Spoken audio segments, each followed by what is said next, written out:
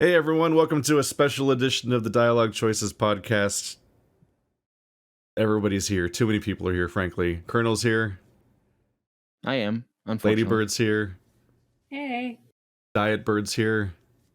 What? Toaster's here. Hi. And we all went to PAX a long time Lies. ago at this point. Most of us went I to didn't PAX. All of us tried to go to PAX. We all Pearl was rolled. supposed to go to PAX. We all rolled a skill check on going to PAX, and somebody rolled a nat strike, and They rolled a nat Portugal. and we're The taking good this. The good news is the strike actually achieved its goal, and they got the raise that they were looking for. So you go, Lufthansa crew cabin thing, people. Woohoo, labor. Hey. Happy Yay. endings. Some people. What? This Some is people, yeah. this is great for labor workers, but the only thing it has achieved has radicalized us all against labor unions because Colonel Oh, yeah. couldn't go to PAX. We're That all red is- pilled as hell now. Yep. Lobsters are the ultimate humans. Mhm. So yeah, No, we went to PAX like what, 4 weeks ago at this Yeah, point? we're just now talking about it think because this is 3. when we could get everyone 3 or together. 4. Yeah, it was tough. And Andrew didn't Uh, sleep, so he's not here. Yeah. He also didn't go to That's PAX. the setup. But do you He want didn't go to to do you want to PAX. He explain didn't, that's right. why you couldn't go to PAX, Colonel? Like from the start, I mean. Well, it's pretty the ending. straightforward, actually. It's pretty straightforward. I had my plane flying out on the Friday morning, of the first day of PAX, but I was supposed to arrive at midday of the first day of PAX. And a day before I was supposed to leave, I get an email from Lufthansa saying that all their flights are canceled because there was the negotiations between the cabin crew union and their corporate whatever people broke down, and they just announced like a walkout day on that Friday that I was flying out. And so yeah, my bags were done. Like I was all ready to go, and I couldn't. I tried to get a new flight, but they were all like 5,000 more on the Wow. back there and back again price. So yeah, couldn't do it. I wonder how much there was like if that like noticeably led to a difference in data of like number of Portuguese attendance to PAX just in general, or like how widespread that was. Probably Well, negatively. Yeah, it didn't affect just Portugal though, didn't it? It was all No, of it was- Lufthansa. Yeah, Right? yeah. All of Lufthansa, more than 1,000 flights were canceled on that day because Yeah, bad damn. basically, yeah, 2 huge airports. They're very big part of those airports in Germany, and yeah, all of them were. Somebody still wanted a for shorter the line whole for day. Splatoon. It was all It the was long unlucky as game. well because originally I was planning on flying on Thursday instead of Friday, just because that way I would have all of Friday and just not have jet lag and all that. But just work stuff, I couldn't book as many vacations for vacation days, and Mhm. just how it turned out. Well, we're all sad that you couldn't make it. Mhm. The guest bed that I was prepared to have for you went unused, and Keith got to just pick the better guest bed, and there was no fight over that, at least. Mhm. So Pick. silver There was no lining. choice. I didn't know there was another bed. There was another bed. I You went didn't through this Well, want- you had the better one anyway. Yeah, I Yeah. went through the whole trip just curious. I'm like, where was Colonel gonna sleep? I don't Well, you didn't actually. I even- can't tell. You didn't even go up to the 3rd floor of my house, so Well, because it That's- felt that's where it was. intrusive. I didn't it even would open have any. been. I didn't even open any of the doors on the I know. floor that I was on. Like, Well, there was one that you didn't. You opened every single other one. well, I opened the oh yeah, I meant upstairs, the house floor. Oh yeah. I No, you didn't you open did any of good. it. I didn't go anywhere. I just did what already felt really intrusive, which is I cooked breakfast every morning just alone in your kitchen, and I'm like, is this okay? Am I doing okay? That's and, not intrusive. Yeah, no, you're totally. and I used allowed to use your 100% kitchen. of your eggs and strawberry jam, just all of it. It's gone, Nice. and you can never Yeah. replace that because that was the last eggs. ever. That's how that works. The strawberry jam, there's more, but not eggs. No, I would be upstairs on the 3rd floor. I'd hear you down in the kitchen, and I'd be like, he's probably fine. Yeah, And then I it's would just fine. like do YouTube things or whatever. Then he would come And, down to just eggs where they're not supposed to be inside of Oh, your yeah, stove. no. And Coming down and hearing like bird. I got eggs in places that they shouldn't be in. that's not what happened because I tried to hide it. I know. I tried to You didn't fess up. quietly solve the problem without you noticing, but because I've never had a burner stove ever, a burning stovetop, I've always had like induction stoves and other stuff like that. He has like a burning like grill thing. Of a gas. Yeah. And, like, yeah. This is very So- unwoke of you, Bird. Very What- unwoke. Yeah, was what happened. I'm using the I use the spatula to like move the fucking eggs around and like try to like, just cook the Yes, eggs. good. Good start. Normal verb choice. You And spatulaed well. some of it escaped over the edge of the pan abruptly, and I'm like, oh fuck! Somehow I'm getting worse at cooking every day because that was the last day. And You were so, like, using the smallest one. There are like 6 frying pans, and you used the baby one that like You have 6 I don't know frying how you pans? cooked 4 It was- scrambled eggs in like a petri dish. it was only eggs. I only did like 2 eggs, I think, each day. Oh, And then toast with jam. That was like the setup. I had that basically. few eggs. 2 Yes. eggs per day was enough for Yeah, you to burn through my entire stock. I rationed your eggs. I planned it out. Did you not have any at all that weekend? I don't think I had any scrambled eggs that weekend now. Oh, okay. Yeah. But they escaped over the edge into the grill, and I'm like, this is a new problem I've never faced before. So I'm sitting Mhm. there with my fork and knife trying to like claw machine the eggs back out through the grate, not knowing you can pick up the grate, which I think you also didn't know at the time. And I so didn't like know. in Yeah, the I cleaning mentioned it. I process. was like, why didn't you just pick it up to like? And we How had did you our not know simultaneous realization of like, wait, that thing can move. Like I instantly clocked that that's the smart thing to do, but I figured it involved a screwdriver or something. I thought you No, had to you just unscrew you it. turn it God. off, wait for I it to didn't know- cool, and lift it up. I didn't know you How could do just you pick not it know up. these things? Because I don't have this device. That's fair. That's fair. And I own it. Bird does that. I recognized its Bird does any- impermanence. I just expected a screw. No, there's no screw. Yeah, But you most just lift there's it a off.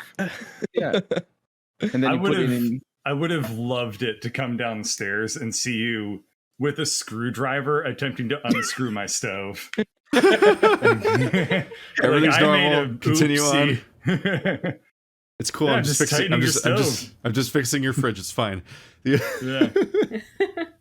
I just noticed was- your stove was a little loose. I'm just gonna do. It is a ride how everyone's kitchen only makes sense to them. That's just a Oh, fact of kitchens. And so like Yeah. when Yeah. on the first day I'm like, okay, I have permission to just go cook something. This is fine. There's eggs in the fridge. This will be easy. And then I'm like, where is a utensil for cooking with a pan? I know they must own them somewhere. And I opened the Mhm. closest the closest drawer, and it's full of like bread making supplies. And I'm like, well, it's not that one. And I finally give up and ask Bird when he comes down, and he goes into like the center island and reaches under the bottom shelf to pull out like a cup thing full of all the stuff that I would be looking for. And I'm like, oh, top of the guest Well- list. Like I would have gone straight to the center island bottom shelf. It's because we didn't have room for it in Yeah. the normal place. So after that, I rearranged it and put it there. Yeah, It's one of those things where I moved it in that space and then never moved it back because I was doing something else. Yeah, And then it was just like, this is its new home. So Yeah. then I put it back. But I'm not also, making some fun of of them you. are It's just, just the- really tall, just Yeah. the kitchen and so experience. they just wouldn't have fit Yeah. in Yeah. the other drawers. Like for think us, that also the stove's you on the center inherit- island, and it's so covered Yeah. in utensils for cooking that you can't ever set anything down, and it's really frustrating for other reasons. Mm-hmm. I think you also inherit your kitchen layout from like your parents. Oh, Because I like, don't. You grow up with a Generational kitchen trauma. Yeah, you grow up with a kitchen layout, and when you I've go broken- to your new place, you like try to recreate it, and it just gets passed down. This is not true for me though. I've broken out of the kitchen trauma, my generational You broke Yeah, the cycle. That's like possibly the best thing about living by myself is not having to be accountable to anybody else on my kitchen, and it's just like I do how things the way I want things they are, and it's just like amazing. The one of the like the best thing is having the dishes on their own like rack sideways instead of one on top of the other, because for some reason people just in my parents' house they just do not like plates that are not on top of each other, so they need to be on top of each other, which is terrible. I feel. And also the being able to have the kitchen utensils hanging on the wall, I think I like that as well. Keith would know. Definitely. That My kitchen is kind of organized in a way where I really hate having to clean the kitchen. I hate especially when you're cooking on a gas stove and things get hot and you get like, just accumulative like oil on stuff. I hate that feeling in the way that looks. So everything in my kitchen is pushed as far away from everything else as possible. And it's just organized 100% so that I can like immediately clean things as soon as I'm done cooking, because I do not like the clutter or the grime that comes from like cooking in a small space. We kind of spatter. We locate everything as close as possible to like the stove, honestly. Like if you're in, there's like a little corner next to the stove, and if you're in that corner, you can find pretty much anything that you're going to need. Except for apparently the spatula, which it was nearby. It just got moved there. It was on a. It was a foreign exchange student for a little while. The host family of kitchen appliances. No, yeah. The kitchen island. But yeah, so Keith slept in a guest bed that I assembled specifically basically for him in the end, apparently. And you got to sleep in the music room, and Colonel got to sleep in his house very far away, and Toaster didn't even come to say hi, didn't even visit. What? Yes, he did. I know. Yeah, I was over once. It was very nice but house. like later.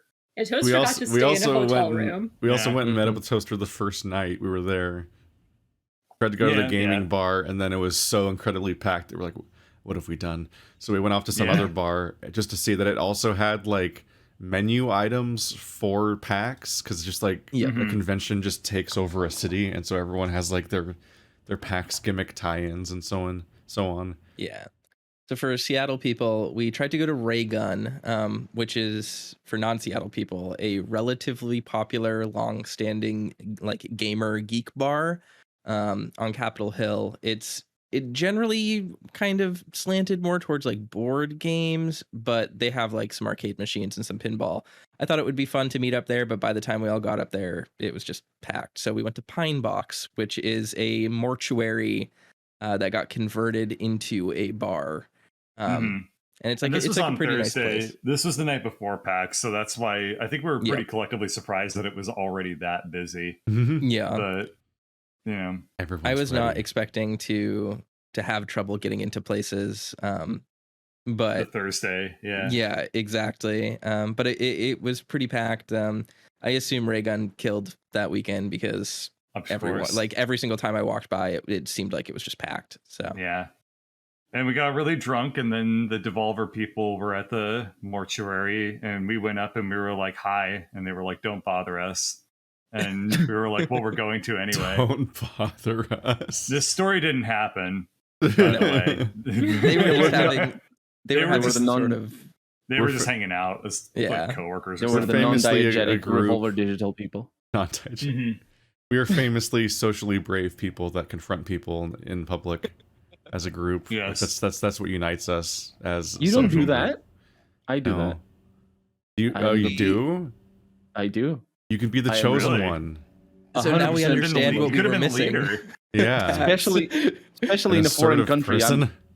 I do. Yeah, not necessarily assertive, just shameless. That's the truth. That's just. It can be both. Usually, someone would call you shameless, and then you'd be like, "No, I'm just assertive," but you just fucking. No, it's the other way around. You accomplished something there. Well, now we know why we didn't get much accomplished at PAX. It was because Colonel wasn't there. Yeah, our We got a lot guide, done. our human We just guide. could have done more. We could have harassed more employees if we had Colonel with us. Think about how many like game demos we could have played, how many lines we could have cut if we just had Colonel walking around acting like a shameless European. Yeah. Yeah. The ugly European. Damn. Oh, That was No. uncalled for. No, because ugly American. That's a term. That's a But- thing. Do people not know what the ugly American is? For shame, Keith. How, don't fucking hang me out to dry like I insulted Colonel. How dare you? This is calculated. Yeah, I know the stereotype. What- I know what you mean. Like I don't rude know tourist that's- type The thing. ugly American is just like the stereotypical like way that Americans are expected to act in other countries, like when they're like loud and obnoxious and not respectful of whatever's Right. going on around them, and entitled to this weird touristy like service everywhere they go and so Oh, on. yeah. Just like that whole experience, because there's so many can relate. Americans that people have met us before and we have a reputation, and so that's just the rest of us get to just deal with that whenever we go anywhere. Just the idea that people have met Americans before and expect something unfortunate, probably. But anyway, we show up at PAX, like the actual place, and immediately, this is my first convention ever, so I'm immediately caught off guard by the fact that it's not what I thought a convention was, which is I thought a convention was just like this one big building, like, I don't know, I guess I'm imagining like a high school gym, but way bigger, you know, a huge room, and then like some hallways / doors that go to panels that happen throughout, and that's like a setup. And I'm like, I never really knew what the space would be like or someone, but the reality of at least PAX was that like there is the actual show floor on a few different floors of that one building, but then there's like, when you go to panels and stuff, you like leave the building and go like across the block to a different hotel to go into like whatever room that they have scheduled for that. And that's just an entire experience. And something about PAX West's layout is so serpentine, and like you're constantly somehow facing the opposite direction that you thought you were, that like I got through most of the trip not understanding how it was laid out still somehow. So most of the stuff that you're going to go to see at PAX is never on the first floor of the building that you're going into. Yeah. And that's This what is makes it so specifically- confusing. Yeah, this is specifically an issue with the Seattle Convention Center as well, because it Yeah. shares business space with a lot of businesses. So the way you get into the building, you immediately have to go up escalators after going through security, and then you're in this, you know, sky bridge area basically, where there are technically 2 buildings flanking the road and a sky bridge that crosses over them. PAX, though, compared to other conventions, is kind of like an issue of scale. You know, if we were all to have gone to like a smaller like anime or gaming convention somewhere, you might have encountered that like big school gymnasium with a few hallways convention idea that you had in your head. But PAX is just so large that and centrally located that they kind of just spread out across what is it, 6th and Pine is where it is. You just like spread out across that whole area to all the hotels there. So there was the Sheraton and the Hyatt as well were taken over. Yes. Yeah, they didn't have the Westin this year, which they've had before. They didn't have it last year either. The Westin's so far away too. It is. It'd be a shame to have to go there. But most of the events at the Western were generally limited to like press and behind closed doors stuff. Yeah. I mean, there were regular panels there as well sometimes, but for the most part, regular convention goers don't need to walk that far. Yeah, so PAX is basically three buildings. And in 2 of the buildings, you have to go to the 2nd floor or higher to get to anything that you care about. So for Keith, it must have just been like so disorienting for us to like not even say really where we were going, because I don't know how to explain it, of like, oh, we want to go to this panel. We need to go down 3 stories of the building we're in, walk 2 blocks to go into another building, go across the entire lobby, which is basically another block, and then take an escalator up. And like, I had like I just 2 know different that route. I've done experiences it so tied to many it. times. So I think was just like, yeah, this is the way we walk, and you're just going to follow because there's no way I can explain where we're actually going. And the entrances and exits are on different sides of the main building. It's too. very strange. It sounds to Yeah. me like it's more like a university campus than like a That's convention center. It's that kind of energy. It's kind of that. You're trying to find the one building you're supposed to be in. Right, I had like two specific stories or weird experiences just trying to navigate, where one was like, I swear it was like day 2 or 3. Like it was pretty far along in PAX, and the group I was in was going to go do something I wasn't going to go to. So the plan was for me to go reunite with the other part of our group that was probably in like the board game hall or something. And so I'm like, okay, all I have to do is leave this panel and get back to the convention hall. This should be easy. I've done it before. And I did definitely walk up and down the street for an embarrassingly long time looking for that one kind of downward looking tunnel that goes to that one entrance, because it was like a recognizable landmark, and I somehow didn't spot it anywhere, including at one point going up a tunnel instead of down a tunnel just to reach like a weird dead end. And I was walking with a bunch of people that were going that way, but all of them and me all just continually turned around like confusing sim park people.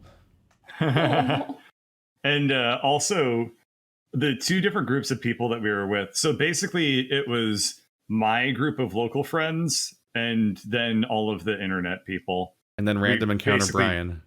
And then random encounter Brian. And me and my local friends, we have a preference for one route to get to the entrance.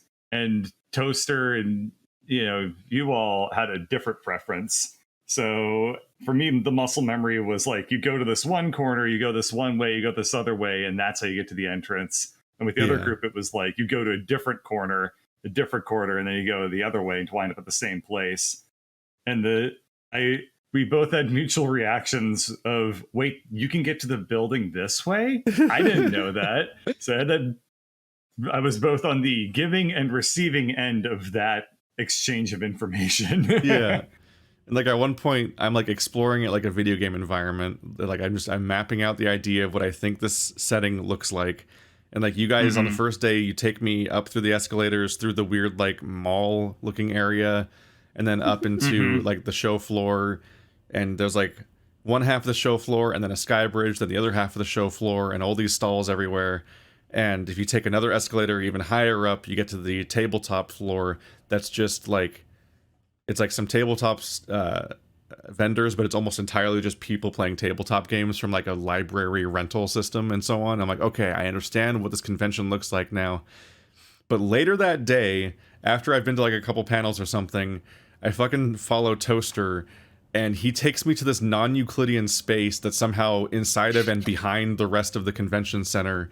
Like it feels like when you realize that at Anne Orlando has a second spiral staircase inside of the other spiral staircase that goes to different floors.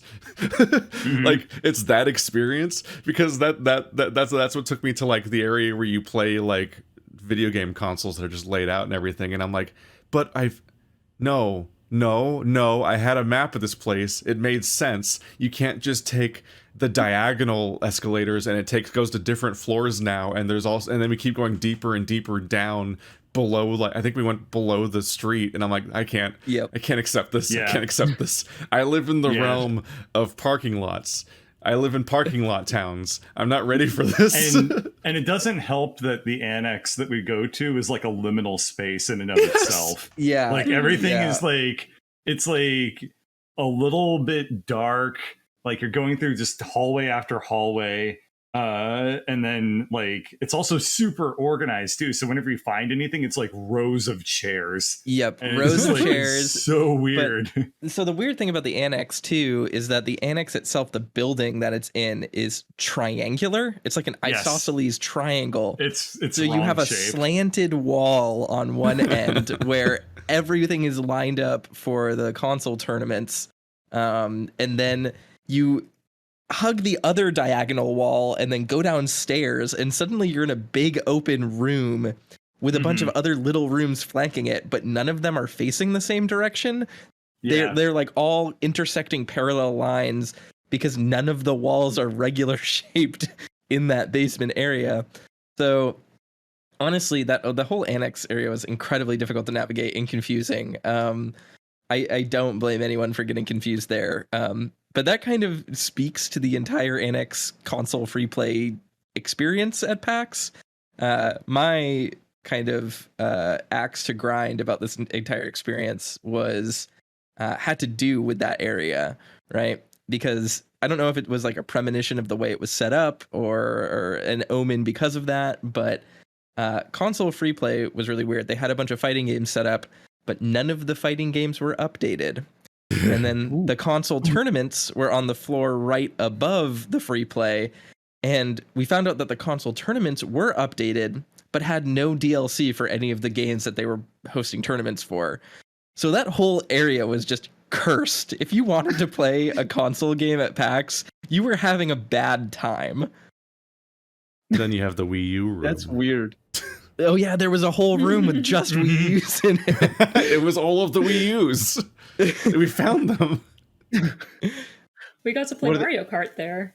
Yeah. No, I had a weird PAX But the experience base where the one, only three yeah. video games I played the entire trip were Mario Kart 8, Super Smash Bros. Ultimate, and War, the hit arcade War? game with a flight stick for aiming in a third-person I shooter. forgot about that. Well, that's not And true. I You was played, and I was so good at it. You played Turtles in Time as well. Yeah, we played like 3 beat-em-ups. Played Turtles in Time, and we played Ninja Baseball Boys, or whatever it was called.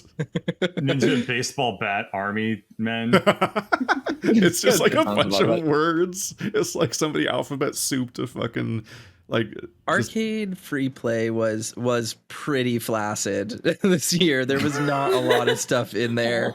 It was just kind of sad. Like, I mean, it was like a fun time. You go and you see all these arcade machines, but the arcade machines were also not in very well kept condition. I played a few games of Marvel superheroes versus Capcom, and for whatever reason, the sprites on screen were just fine. You could like play, things looked fine, but the backgrounds were just like mosaic tiles, like kind of like if you were to take an N64 cartridge and like tilt the corner of it out of the cart. yes. It just So like the wasn't issue- loading the backgrounds for some reason. The issue that's really hitting Seattle very hard for that stuff, it's kind of surprising, but like the retro game scene and like all the shops that we have like for repairing those machines, keeping them up to date, making new ones, have been hit so hard by COVID and the supply chain issues. Yeah. Like getting the parts to like repair CRT monitors right now is so expensive. Yeah. That can't be the people monitor are- though. That has to be like the game Well, connection. everything it was like probably the the board. boards themselves, like getting the things you need to repair those is really hard right now. Everything is just hanging on by a thread in that space. Like the retro gaming museum that we used to have has been closed Mhm. indefinitely for 2 years. I was really sad about that. Indefinitely Yeah. for 2 years? That's not what indefinitely means. As in, they closed indefinitely 2 years ago. Oh, right. That Yeah. makes more sense. They're not. So They have no date for reopening right now because, and by this point, everything's probably busted and can't be repaired. So who knows how long it's going to be. for me, I used to live in Seattle. I lived there for 5 years before I moved to where I live now. And this is my first time back in the city since the pandemic. I moved literally a week before lockdown started. So it was very surreal going back to Seattle and like knowing everything about the city, knowing how to move around and navigate, but like not seeing any of the businesses I was familiar with. And like the few that were still around were like closed or had like extremely limited like hours or things like that because of the Mhm. pandemic. So that was kind of a sad, I guess, side flavor to the whole trip was like, It come back to is- the city that you love that's also dying because of And the the thing pandemic. about Seattle is that it's weathered the pandemic way better than a lot of other cities too. Yep. Like we're one that's doing okay. Yeah. But anyway, yeah. What did we do on the first day of PAX? We had some You of this. went What? to a Secretary of State Steve Hobbs talk. Yeah, that was the Oh, first yeah. thing we did. We went to a panel done by Washington's Secretary of State, Yeah. who is also like, he also plays D&D and like runs his own campaigns and stuff. He was cool. How was He it? was Did very you, neat. Did you learn anything? Do you feel politically inspired now? I mean, I learned that he's cool, but it's not like he had deep political revelations that I wasn't already aware of or anything like that.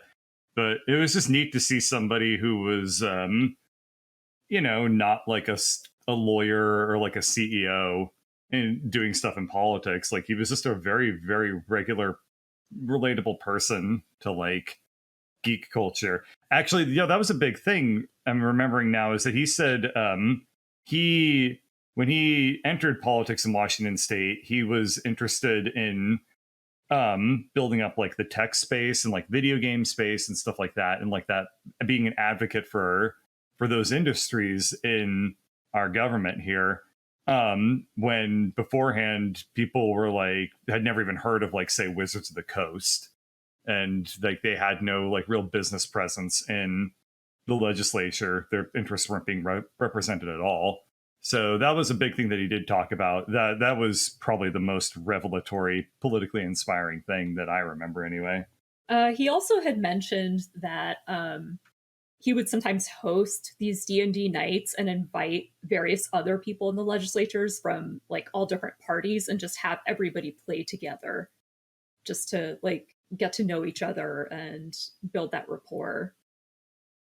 I'm just like trying to imagine stuffy, like, state legislature house people being like, and I am playing the paladin. Oh no. The alignment for system. Deception. The alignment system just had evil crossed out into Republican and good crossed out.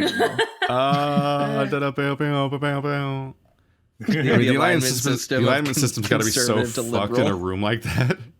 Oh yeah. What does it even mean? But yeah, I mean, it was a surprisingly good panel. The guy is pretty young too for a politician. And I mean, the only reason that we went to this was basically just a what the hell is this going to possibly be thing. It's just like, so this is like one of the first panels of the entire convention too. It's the first one we went to. Well, yeah, but it was at noon on the first day, and I think the panel started at like 10 a.m. Mm-hmm. So this was really early in the convention, and it was just like a keynote, like, I don't know, like a fireside chat by Steve Hobbs or something. It was like, what the hell is this going to be? We got to find out. And we did, and it was fine. Were there a lot of people in the room? Yes. A very surprisingly large number of people showed up. Mm-hmm. Unsurprisingly, they were all a little bit older, but they were there. Old people still exist. Yeah. Were there a lot of we young, still let them like, in? Like fresh out of teens people in PAX, or was it, what kind of demographics was PAX like? I guess early 20s. I don't know. It's pretty wide spectrum, I guess. Seattle itself PAX is a pretty. Also has children. It does, yeah. Really? Yeah. Not many, but yeah. Yeah, like I saw like kids who were there with their parents and stuff. Yeah. That's interesting. One day we'll take They them were out. quite. Seattle has like a pretty wide net as far as like geek group goes. The city has been geeky for a very long time. So as far as PAX goes compared to other conventions I've been to, the age demographic is actually pretty spread. Right. I remember seeing quite a few, like, I mean, for lack of a better word, there were a lot of retirees here this year as well. So you see like a lot of gray-haired people, and then you see a lot of really young people, and then you see people within like working professionals and stuff like that too. So compared to most conventions, Seattle is pretty evenly, or not Seattle, PAX is relatively evenly distributed as far as age goes. Yeah, and our tech scene skews a lot older than say like Silicon Valley or someplace like that. For So me, what other a lot of the early things? entertainment of these panels came from just reading them and then not going to them. Yeah. It's like there was Friday is always a funky day. I got entertainment just out of like the baffling premise that the Steve Hobbes thing existed. But then it was pretty wild. My personal favorite though was just reading the title, "How to Be a Pro Gamer from Someone Who Makes Pro Gamers." And I'm like, I hate this guy already. Wait, what? I immediately hate this guy. Yeah, as a that's concept. we didn't go to it. That's not the Steve Hobbs panel, by the way. This is a different one. No, this is another panel's title, and it's one that I just read the title and laughed at Bird in his living room about it, and then we need to never learn more about that because and there's just a series of those, like there's one that's like, what is difficulty anyway? And then I think I can almost assume the same person the next day has a panel that's like, what is graphics anyway? Like there's just a series of question panel titles. I mean, if the what is difficulty anyway is talking about how Dark Souls isn't a difficult game, I would be all over that. But the should have gone. My first panel ever is we went on to go to the psychology of Pokemon, the power to catch them all, and everyone here went to that, and I don't think anyone enjoyed it. No, we did not go to that one. We went to the voiceover panel. That was at the same time. Oh, right. Or I think we did. Like the psychology of Pokemon. Reason. We might have just gone to the expo hall. I think we did the expo hall at that point. I don't remember doing that panel hurt me. It was not very good. Yeah, we heard it was terrible. Basically, the premise was there was a panel of like 5 doctors and psychiatrists who had done research allegedly and were writing a book. They were talking about how Pokemon, could theoretically be used in treatment. Like that was the way that the panel was pitched, was that like Pokemon, there's like a lot of depth in the psychology, but also there's a lot of applications for the psychology. But when we went... Sorry. Oh, go on. Sorry. I was about to interrupt you with something completely irrelevant, but since I have, let's go. We left after the first 30 minutes. That's what happened. We showed up and then we had to go bounce or something else. Gotcha. Did we go to that one? Because I don't remember. I remember hearing about it from other people being like, "Oh my god, like that was so not worth it." It was awful. Anyway, Toaster, tell us how it was awful. Yeah, so basically what happened was the panel starts, and it's kind of starts like any panel where they spend an inordinate amount of time introducing themselves and waste the first 25 minutes of the panel. It's just a bunch of people who are like, they're all wearing medical scrubs because you have to cosplay yourself at a panel when you're putting it on. People recognize you. And wearing scrubs, but they were wearing like doctor things. Yes. I was not at this. Like, I don't know where I was. They basically were like, yeah, so like Pokemon's like really deep, so we're gonna ask you all questions about stuff and like throw Pokeballs out into the crowd if you get them right, and it'll be like swag for you.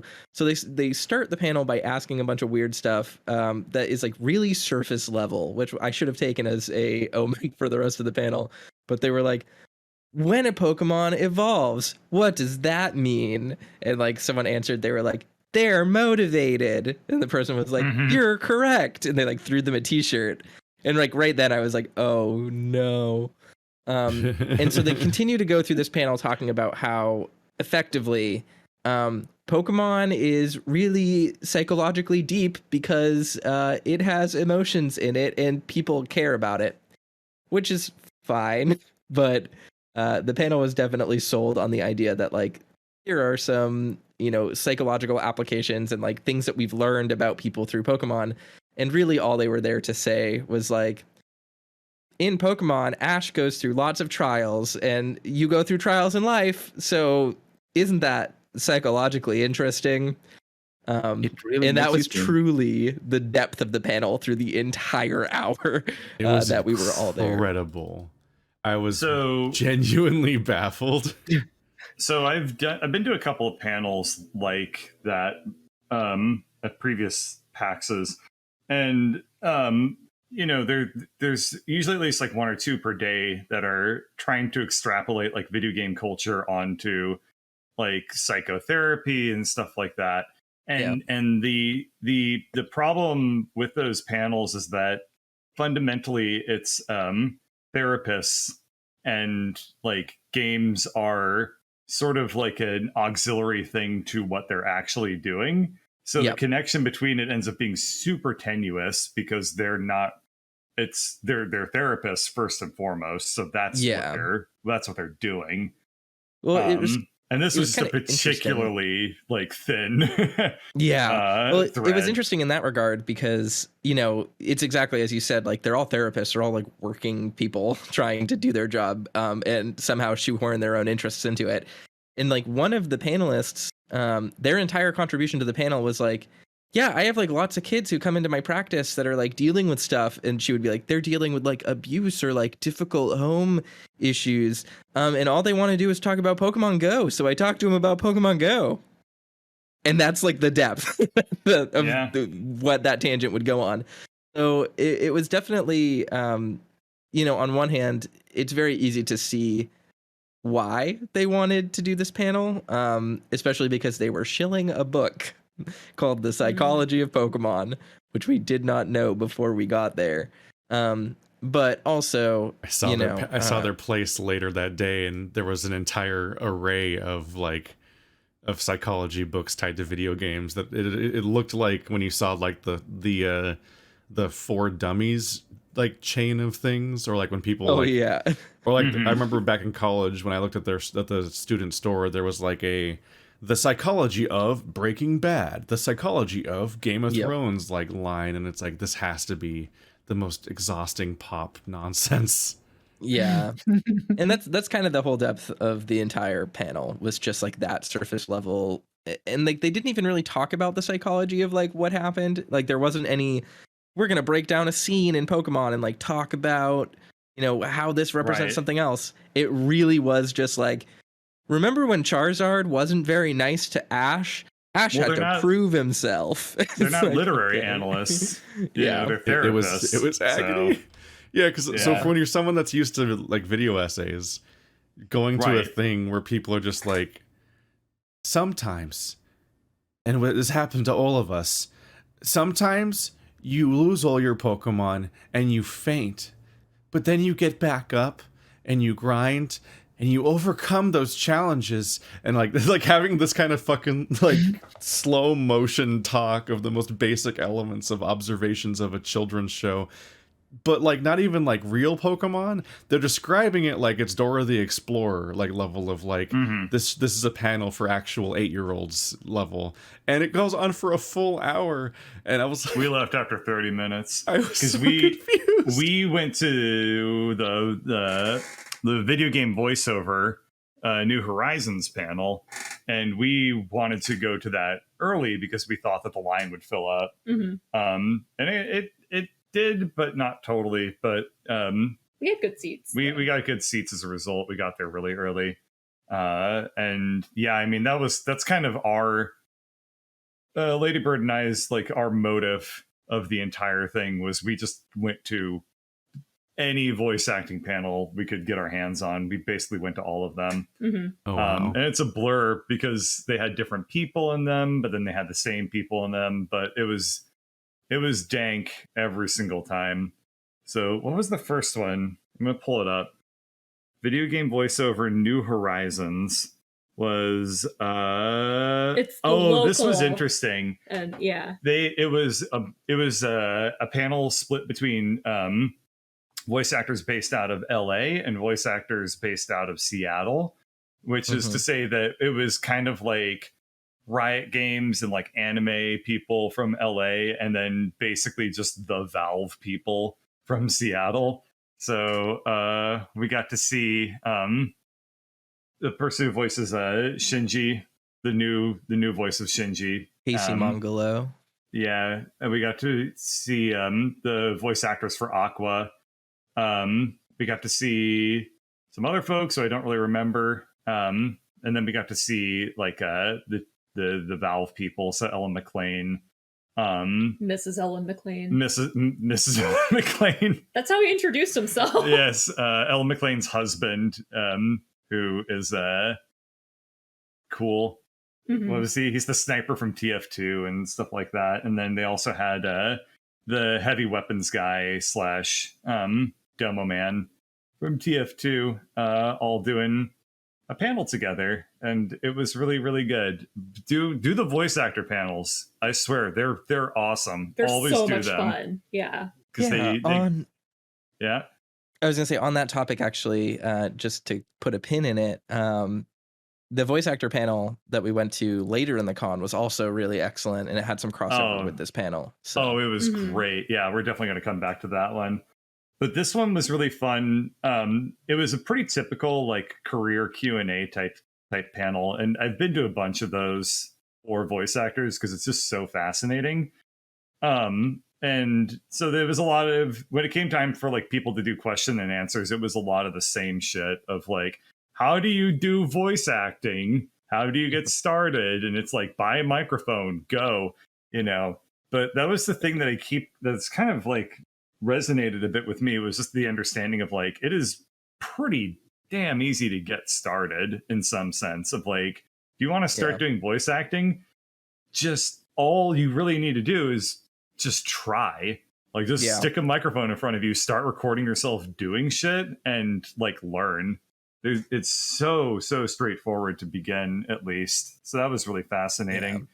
I mean, one of the through lines with those kinds of panels too is people talking like, yeah, you might not get, you know, like a starring video game role right off the bat, but like think about how many like web series and stuff like that people do, and they meet other creators, and all of a sudden you start seeing these people pop into everything.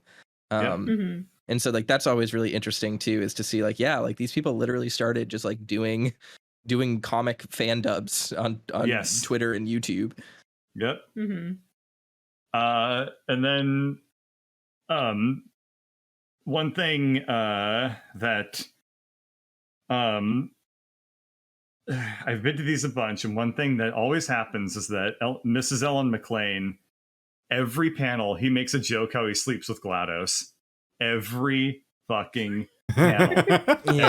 Every time I've seen him in this one, and I'm talking, I saw him at MagFest in 2017. He's He's been making this joke for 5 fucking years. Kills every single time. It does. It does, actually, yeah. So and then he sleeps with that cake. And then there's also another joke. There's another joke that happens a lot less common, but somebody will occasionally in the QA panel ask like you have a lot of experience in the industry, and Ellen will chime in like, we're old. And like, I think that I've heard her make that joke 2 or 3 times when somebody asks like how much experience you have and stuff like that. She's such a diva. You're seeing behind the She's Matrix. You're seeing behind the Matrix by going back and watching them do it again. It's like when you watch the same show again at like Disneyland, and you're like, leave him alone. They're doing their gig. God, it's so cool. I wouldn't go back if I didn't have a good time. It's so fun. But that was a pretty straightforward, like career focused one. I'm just like a lot of like just general questions of like what their experiences have been like. And you know, they did that in all the panels, so we can talk about it when we get to the other ones. Was that the one where Ellen McLean said that pineapple juice is really healthy for kind of like helping the throat stay in good shape? I don't remember. Is that very incorrect or something? Huh? No, I just remember that, and then I remember Casey was like, "Oh my god, I learned something new here." See, that comes with experience. Yes, see? Because she's a diva. Like, she knows these things. Yeah, she's a huge diva. I did not know that she was the voice of, like, flight control systems or something. Oh, yeah. That was granted, I also didn't even know that she she was the voice of the TF2 announcer, though, so I'm behind. 20 years the voice behind. Of flight control systems. So every time you take off, apparently the pilots hear GLaDOS being like telling them like if their altitudes are correct or anything like that. So as she says, like every time you fly, GLaDOS is piloting the plane.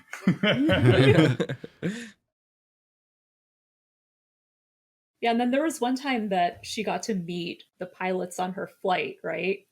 Oh yeah, and they were like, "Oh, it's you." What did they call her? Like Bitch and Betty. Yeah.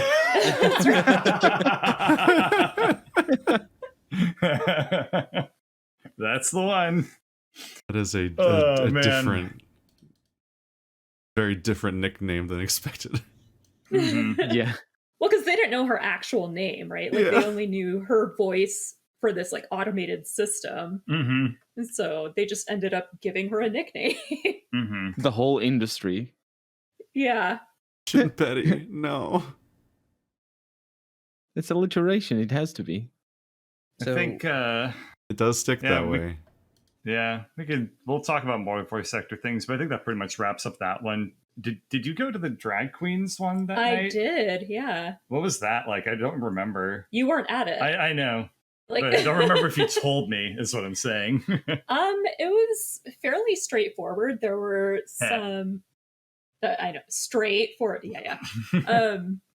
But yeah, like there were 4 queens. I think some of them were like non-binary or trans. They were all like streaming queens though. So like they all, played video games and things online and like did tournaments and stuff like that. So like that was actually really cool. But then they also talked about, like how to support local drag and things like that. Like it was just a fun time. Were they in drag or? Oh yeah, Oh, nice. of course.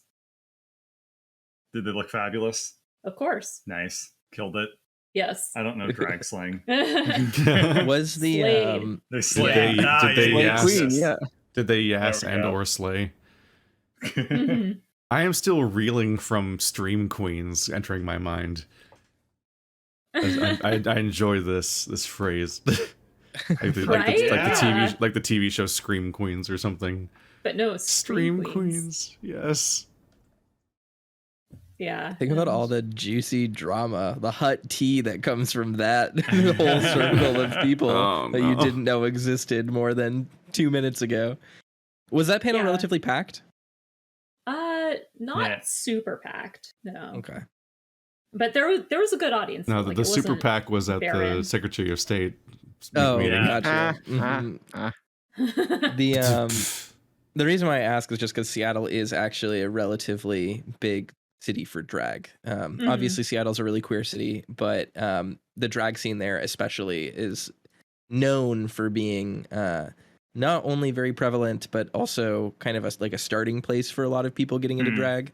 The Mhm. Seattle scene is kind of huge for that. So I didn't know that. Oh yeah. Like there are Rue girls who originally started out as Seattle queens. I basically Yep. learned one thing Oh, about RuPaul. Seattle culture Okay. in total while I was Oh. there. I was, for whatever reason, I was thinking Rue McClanahan. McClanahan. Rue McClanahan for a second. I mean, they're related, okay. but Yes. yeah. I didn't know that. That's cool. Yeah. I don't know what I was doing during that time. That was 7 p.m., so that was probably delirious board game hour. I as think far as you I were know. doing board games because that's one that I went to by myself. Yeah. did we do And I- anything else that Friday? Didn't we go I to a don't know if different you all panel as did, well? but that was the I extended definitely went panels to at for least Lady one Bird other Night. panel because I only mentioned the really bad one. Yeah. But What the, was the Uh, other panel though? I don't remember. The other one I have listed it was Video Game Trivia Live, but I don't think I went to that one. None of us went to it. We were too Yeah. tired. Yeah. Kind of scroll through the things. But on the topic of Seattle culture, the only thing I learned about Seattle culture the entire time I was there was that 3 separate people emphatically recommended these dogs. Which Yeah. is an important thing that I had to go to, and so I did have it, and it was very good. But they He's serve they serve a Polish dog in a bun just caked with cream cheese, and they completely cover it with grilled onions, and that is everything I want. Like that's my new hot dog, basically. That sounds really good. God damn, that sounds good. I just Yeah, stood Dee's is there great. and ate it standing up on the sidewalk because that's just there's just like a line of people on one side It's- to get the hot yeah. dogs, and a line of people on the other side just kind of this wedge Eating of them. people eating them standing on the sidewalk. Because where do you go? For non-Seattle people, Dee's Dogs has been a staple on the 6th and Pine area, the Westlake area in general, for years. She's literally just an awesome person who has run a hot dog cart for forever. And it's her, and I don't know if it's someone related to her or someone just very close with her, maybe an employee that's been there for a really long time, but literally just two women who just are on the level for every convention. They dress up and they talk to people about it, and they just sell hot dogs. They hawk hot dogs on the corner, and those are some of the best hot dogs you can find in Seattle. She kept staring at me when I was in line, and I didn't know why for the longest time. And then, but then she started talking about my shirt the moment I got to the front, because I was wearing that like the Rave Wolf shirt that was just like 100 green wolves with like lighters and shit, just cartoon faces. Yeah, it's just a crowd shot, like it's a rave thing. It's just a big mess of werewolves. I just and saw it as she was like, very visual fixated noise. on my shirt for the like 10 minutes I was in line. It was very noticeable. I found the panel we went to. We went to FilmJoy. Oh, that was on Friday. That was we one saw of the best movies panels with we Mikey saw. Pan. Yeah. Yeah. They're just very entertaining people, and it was a good break from the psychologists. You're like, oh, right. Funny people.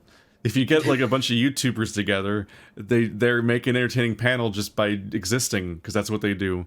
They described the mouthfeel of like shitty popcorn for 10 minutes, and it was better than the entire last panel that I watched.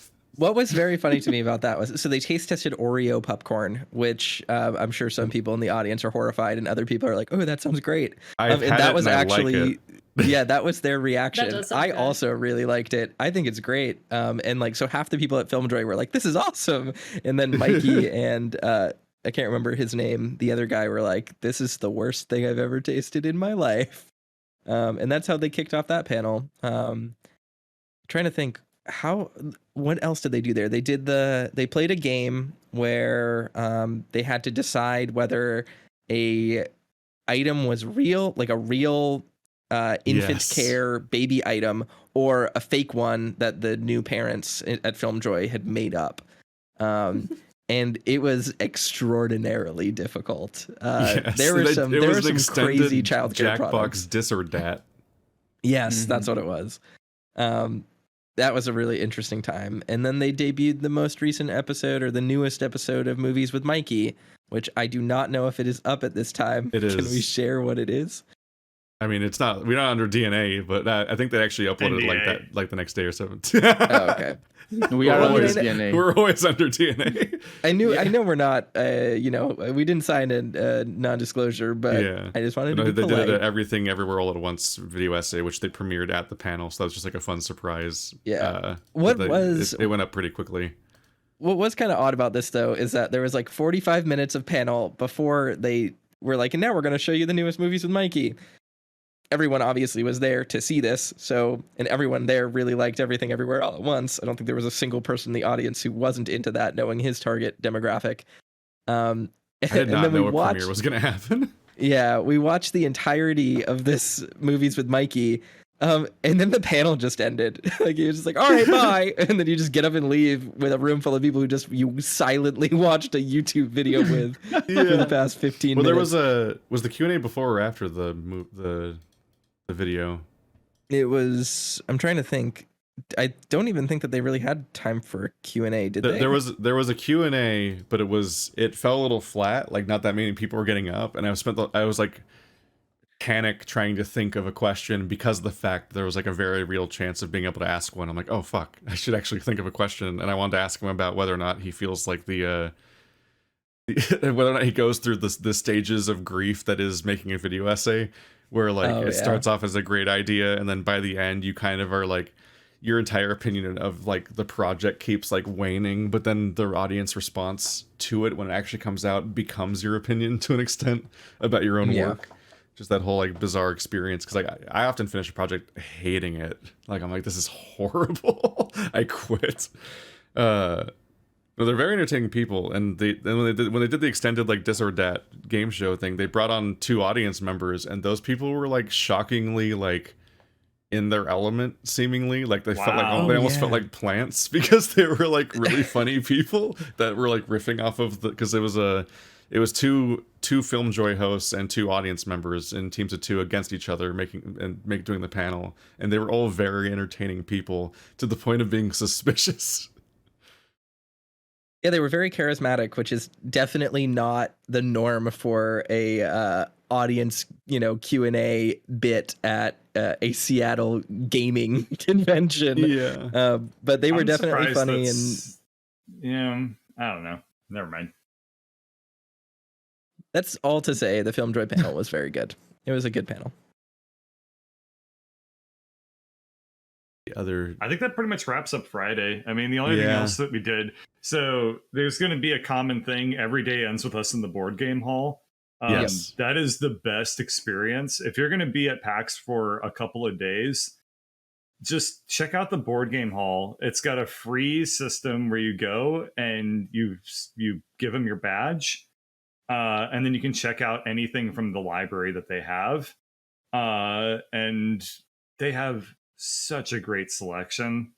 You can really get into some stuff, and Ladybird and I are not really big board game people, but over the years we've played enough good ones that like we've acquired like a good library of really fun games, and a lot of them were through PAX. Mhm. So I really recommend the board game room. Even if you're not into board games, you'll be able to find good experiences if you have somebody to kind of get you into it, Yeah, like I now think it's own great. a copy of Pantone, a game I never would have even We- looked Oh, at for God. a We moment. played Pantone if before not the podcast. specifically. We did, yeah. Yeah. Like I would not have owned a copy of that game if Lady Bird didn't just like pick it up on a whim at random. Like I don't think So That's how anybody you found it? Yeah, we were wandering around the board game rental area, essentially, and I was just like, oh, this looks interesting. And like, we were all trying to decide on a game to play, but like all of the ones that we had thrown out as suggestions, like, oh, let's see if they have this, were already checked out. So we had a Yeah, bunch yeah. of games that we couldn't play. We were looking to just like kill time. And then, yeah, Lady Bird found Pantone, which is just one of the most unhinged games to just pick up and play. You guys got especially to be with introduced to present my company. You guys got to be introduced to my chaos energy when I try to present images to people. So since we brought up Pantone, we might as well explain it. It's basically drawful. You're given a prompt and you have to like represent it pictorially, but you don't get a pen, you don't get a marker. What you get is color swatches. You get little colored Oh. rectangles, and you have to arrange them into pop culture characters. A cursed facsimile of whatever your prompt was. yeah. Wow. So, And you get 4 of each color. yeah. So And there's good 16 luck. colors. Yeah. I hereby Lady crown Bird myself is- the best player. Y'all are just haters. Oh, hell no. Lady Bird was shockingly good at this game. That was She a really good Daffy devastated Duck. us. That freaked me out a little bit. But Uh, and She then, somehow yes, managed Keith- to make like a pixel perfect Donald Duck out of identically shaped index card things. the thumbnail of I'm this proud of my podcast should Donald be Duck. the thumbnail of this podcast should be the whatever it was Elmo that you Oh god. That is a terrible thumbnail. It's If I can even awful. Yeah. find it, but it's also just like not a clickable thing. Oh no, not at all. That was No. abysmal. It was- Keith's strategy for Pantone is to just puke different images onto the table that might be tangentially related to the prompt as well as the prompt. So you just get this smorgasbord of insanity. That You just don't, somehow you don't understand my genius. The fact that I was Yeah. iterating with every design and coming up with new strategies left and right. That one was Do a we lot, wanna- which is that I Do you tried to wanna talk create. about Nick, though? I tried to draw.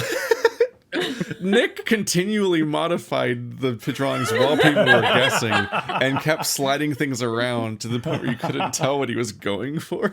So Nick is one of my really good friends. Like He was- IRL friends. Yeah, he's from the area. I mean, he doesn't live here anymore, but he lived here for a number of years. And he is not a very artistic person at all. But he tries. And so I've never seen anything like this before. He would make his character. He would give people like 5 seconds to guess, and he'd be like, wait a minute. And then he would rearrange it. And then he'd be like, okay. and then people would get like one guess in, and you'd be like, "No, wait, hold on," and they would rearrange it again, and it was so funny. It was like laughing. a completely nonsensical animatic. It was like he animated it by the end because he made so many iterations on the drawing. Oh God, I laughed so hard. Jokes aside, Pantone is a fantastic, absolutely absurd game, Yeah, and I'm glad that we Board played Game it. Geek with its 6.8 or whatever. Yeah, It's a I 10 out of 10. It is. I recommend immediately taking it out of its box and throwing the box away and putting it in like a card holder, because that's all it is. Oh yeah, It's just just a deck of cards. Is it a sneeze? Is it? It's just a deck of cards, and all of the decks of cards are in these weird containers that have like a little wedge that makes it so you're supposed to be able to tap one side to make the other side stick up in order to be able to pick them out. But the result was just that all of the cards in the box we were checking out, all of them were bent. Like it was, yeah. So you just like couldn't get them out. abused. It's also just the least space efficient boxing I've ever seen for a game that is just some cards and not even that many cards. Because the color cards themselves are just 16 colors and 4 copies of each. Like that's all you have to, like you have ammo. You can only use 4 of each color. You gotta go. And then there's just a deck of cards for prompts. That's the whole game. So, but the box is huge. It's massive for that. It doesn't make any sense. But it was a good time. Big, isn't it? My favorite moment was Wonder Woman. My favorite moment was Wonder Woman, where I started. Tell the Wonder Woman story. So one of the many strategies you can employ in Pantone is that you can just start stacking the cards vertically, so that you instead of trying to like shape the thing like your character, you instead just represent their color makeup from like bottom to top, like you're like 3D printing a like a retro throwback character, essentially. Like Atari level. Yeah. Not even NES. These are very old school. Like you just create a character that's like 1 pixel wide, essentially, and you just try to draw upwards. And so I start at her boots. It's like I gave her like the red shoes, and then I gave her like flesh colored like shins, and then I gave her like red underwear or something. Like I'm like, or no, it's blue underwear with like the poof ball. I'm missing up ideas. There's the blue underwear with like the golden like cap or whatever. But like when I put in like the starting colors, Bird's like, I know what it is, when I only had like 4 colors, because like mentally he thought I just made Cartman from South Park. But then I added, every time he had a reaction that he definitely know who I was making, mentally I'm like, what the fuck? Because I'm like only at like the shoes of a character that has so many details to draw, and so I'm just making this tower of colored cards because because it's such base colors of just being the 3 primary colors, because it's an old comic book character. It's so cross compatible with so many other characters, so I get like higher up, and like once again Bird's absolutely sure again that he definitely knows who I'm making, and which he later explained was that I definitely made King Dedede at that point. But then I just kept fucking going and going. The character just kept getting taller, and when it was finally done, it was 100% obvious that's absolutely Wonder Woman, and it was not a guessing game. But there were so many characters I made along the way because of how like versatile red, yellow, and blue are. After you got to King Dedede, you put another card down, and I just said, please stop. It's an absurd game. It's a lot of fun. Oh my god. If you have a picture of Wonder Woman, it'd be great to crop it. Just kick it To over the to me. I'll different crop it at the states. levels of the different states that I saw it. And you'll be able to be like, oh shit, that's Cartman. Oh shit, that's Dedede. Yeah. Pantone's a weird. It's a pretty good game. It looks and is like a weird cynical corporate tie-in thing that's just like the actual brand and so on, which just feels weird, but it's just like it works. It's so fun though. Like, yeah. Are we going to talk about Nick's Marge Simpson? I don't remember it. Oh, I do. So yeah, he put a bunch of like blue cards together and then a bunch of yellow. And then like none of us were able to get it. Yeah, she was naked and she didn't have shoes or a necklace. It was just Well, this- yellow and then blue. This has the Oh. added issue of the fact that Ladybird, the night that we played it, you got Marge Simpson, and we got it instantly. Because I gave her a dress and Yeah. a necklace. And you just shoes. drew Marge Simpson. Yeah. She's And then even Here's another card-shaped. really funny thing. So I was pretty late to the Pantone party because I was hanging out with other people.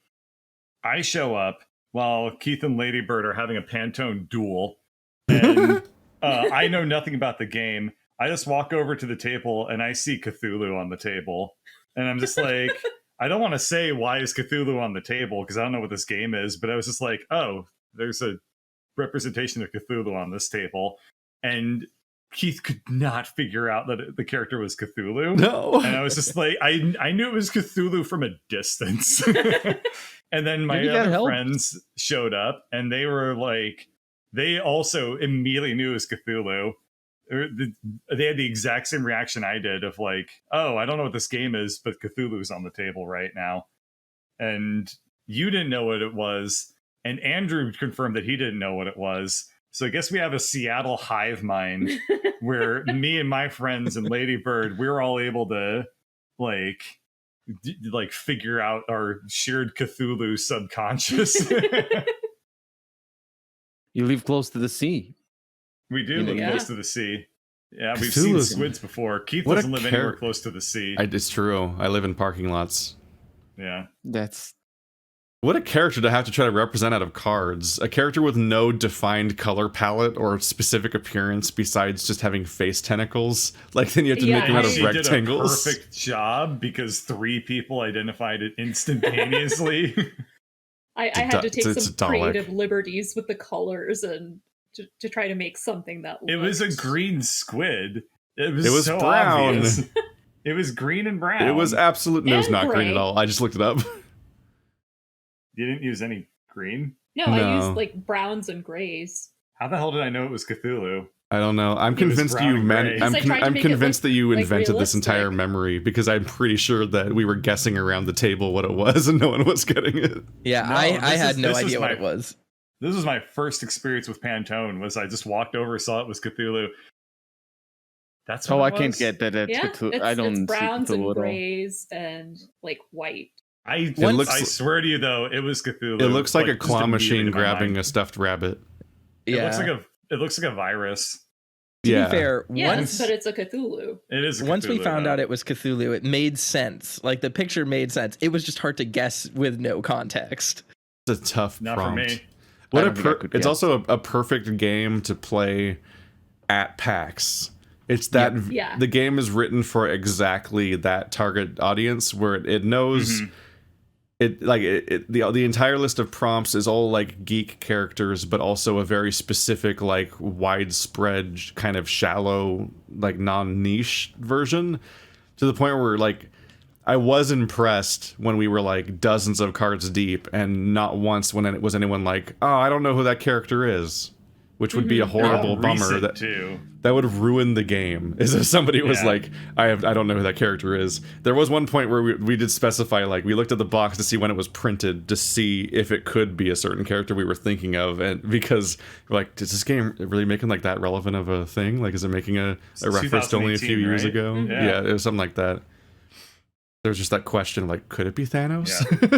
So Pantone's so good that like both we bought multiple copies within our group. Yeah. Really can't recommend that game enough. I'm looking It's at my copy really right fun. now. It takes no time at all to like learn and set up too. I That's love what makes that. it so good. We also, just to like, for full disclosure, we did not follow the rules of having a time limit Yeah. to create each of the patterns because it's so much more fun without that. But you also like, what is the time limit anyway? Like a minute? Yeah, they want you I to mean- rapidly make the entire picture in a minute, which is one thing you But- could do, but we were just kind of hanging out. But the other thing is that Like like, when I I played usually with- finish my drawings in like I finish my representations in like 10 seconds, like 15 seconds. Like as soon as I get my hand dealt to me, I just look at the cards. And I'm like, okay, I know how I'm going to do that one, and that one, and like they're so obvious. I think that a minute would be way too much time. Unless It's you're Nick, in which case you need fucking. I was gonna say time. all of us definitely take more than a minute. A minute goes by fast. Yeah. Yeah. A minute would be chaos mode. Like you'd just be scrambling, and then you would just have to I wanna try it apologize then for at the some disheveled mess that you've left behind. Because We half don't the need to play around a bit, but I would like to just see what I can make in a minute then. Yeah, we can do that after. Because it's easy to forget the stress of like trying to stack the cards, and every time any card slightly moves, it jostles all of the cards at once. And you're like, oh fuck! I don't use that strategy though. That's kind of a thing. You all do this thing where you like build the character by like stacking them and like overlapping them and stuff. Because you can use cards to crop other cards. Basically, yeah. My strategy is I usually try to make an object or like a scene that's very relevant to that character without it trying to literally be that character, which is it's a little bit non-representational harder. concepts. Who would ever try that? Some kind of unhinged person making a scene, adding things unrelated to the original character. So you get shamed for that. You know, basically had the same strategy as Keith. Oh, I see. Well. I mean, I just saw Wonder Woman and just assumed that was. I leapt to a harmful assumption that that's the way that it always was with you. So you have my deepest and sincerest apologies. Did you see his Harry Potter? No. Oh my god. That was a crime scene. So for context, the Harry Potter that he drew, the only way I was the one who got that card or won that round. The only way I was able to tell that it was Harry Potter was because he created like a stick figure that was all like in black and then had like a little brown sliver sticking out of it. And then on the side, he drew a lightning bolt with skin color. And I just looked at it and was like, I would probably have gotten no way. That's so obvious to me. I drew a little wizard man, and I'm like, this is too ambiguous, even though he's holding a wand that could be a staff, who knows. No one knew it was a wand. Well, it was hard. So I made a flag out of Gryffindor colors, and then I made a fucking flesh lightning bolt. Is this like Spain? Is this Germany? Like what's we happening? all thought it was like okay, Spain that would be a little first. bit much. Like between the wizard man and the Gryffindor colors and the lightning bolt, I'm like, someone will get this. And to my credit, every unhinged nightmare I made was gotten pretty quickly. I never had to read out the last clue of a card or anything and be like, oh man, I hope someone gets it. I made Master Chief, and I was really proud of that one because I included a health bar and I included pew-pews. So here's my thing. Whenever I make a video game character with a gun, if they have like a sticky out part and then like a bunch of like little lemons or whatever like extending from it in the straight line, that's the pew-pew. That's how you know, oh, this is Samus or Master Chief or Mr. Contra. Or whatever, like Mr. Doctor the Contra Esquire. Please, that's his father's name. It's just Contra among friends. Just Contra. Mr. Contra's my father's name. We should play Pantone with over the tabletop simulator. Oh man, but imagine the physics. Oh, God. It'll be fine. It'll be easier than the physics of the real game because they're probably just turned off basically. And we can have Colonel play with us. The thing is, we played with a fresh... earlier today, Ladybird and I played with a fresh Pantone set. And when the cards are new, they are so fucking slippery and slick. It's like oily. When we played the PAX one, they were like bent and like grippable. Which one is better? Behaved. I don't know. I like the fresh, bold colors of a new fresh set. bold flavor. Yeah. They're so vibrant and youthful. But the cursed Elmo thing I was being called out for is that I tried to draw Elmo's entire head. Like I can't represent Elmo as a concept because he's just red all the way down. So I'll try to draw his face. I'll just try to make like eyes and a mouth. But you quickly run into the problem that you only have 4 of every color, so there's no way to make enough red to fill in the face. So I panicked and added background elements. So I added. So what I did is in one corner I added a little like Sesame Street like sign, which was just like it was a gray card sticking up, and then 2 green cards on top of it, one horizontal and one at like an angle to represent like the way that like a street sign looks like when you're looking up at it. And then further panicking, I'm like, okay, I'll take this gray, and then I'll put a little blue in it or green or whatever. I had to like Google what the character would look like again to be sure, because I made a little Oscar the Grouch peeking out of a trash can to just try to like. Green at first, I just tried to create the scene. I just had to look up what color Oscar was because I wasn't sure. I'm like, I can read blue, right? And then I took all the he's green. and I took all the he's nightmare blue. yellow I could, and I recreated Big Bird. I'm like, you need to understand that this is Sesame Street. There are only 3 Big lights. Bird is blue. And he's blue. Big Bird's blue. There are only 3 lights and he's blue. What? There are 4 lights. I'm just Cookie gaslighting Monster Bird right is now. blue. We're just This is what we do. I gaslight her and she tells me to fuck off in so many words. yeah, that's the I don't fall podcast for anyway. it. She doesn't fall for it at all. So really That's what makes quickly, it funny. If I gaslight her and it wasn't funny, then that would suck. That would be shitty behavior. Yeah. Instead, no. I gaslight her about like how many eggs we have and stuff. So, should we really quickly just go over the panels we went to on Saturday, because there were 2 pretty Yeah. good ones, I think, Team right? Fortress 2. Just saying, that's just the impact that Pantone had on us. We played it on like the last day, and we all enjoyed it so much that we're jumping the gun and talking about it on Friday nights. Excuse Yeah. me, we Yeah. played it multiple days. We played it multiple days. Oh, Yeah. you got more Pantone than I did. Fucking great game. Anyway, Saturday panels. So yeah, we started the day going to the Team Fortress 2 voice actors panel, which, given Bird's description of the panel, the voice actor panel the day before, it kind of sounds like it's mostly the same. But It was different though, the first half. But yeah. That was just Valve voice actors. It was the voice of the sniper, the voice of the medic, Robin Atkin Downs, obviously GLaDOS, and whatever Manco mom Patrick? or whatever her name Oh. is. Yeah. And then what was it? Sniper and Heavy? Were those the 4 people that and were there? Demo Man. I think so, Demo Man yeah. was Oh, there. Demo because Man, the yeah. Heavy and the Demo Man are the same person. Yeah. The spy was supposed to make it, but he couldn't.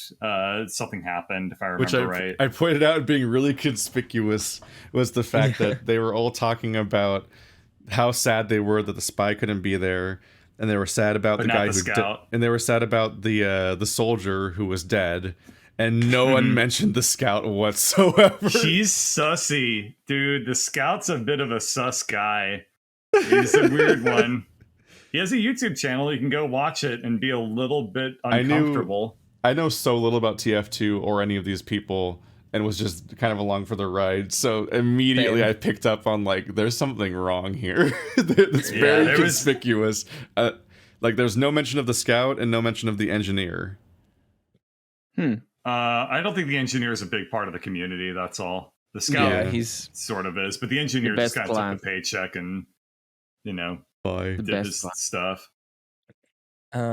So do we have too much more we want to talk about before we talk about the big panel that unfortunately, Bird, I don't think you got to go to? Well, big panel. yeah, that panel, the TF2 panel was great for 2 reasons. One, they haven't been able to get the voice of the forgot about medic this, yeah. on the panel with them for years because of just conflicting scheduling stuff and stuff like that. He's always the working, same- yeah. The same thing with he's prolific. Literally Same in thing everything.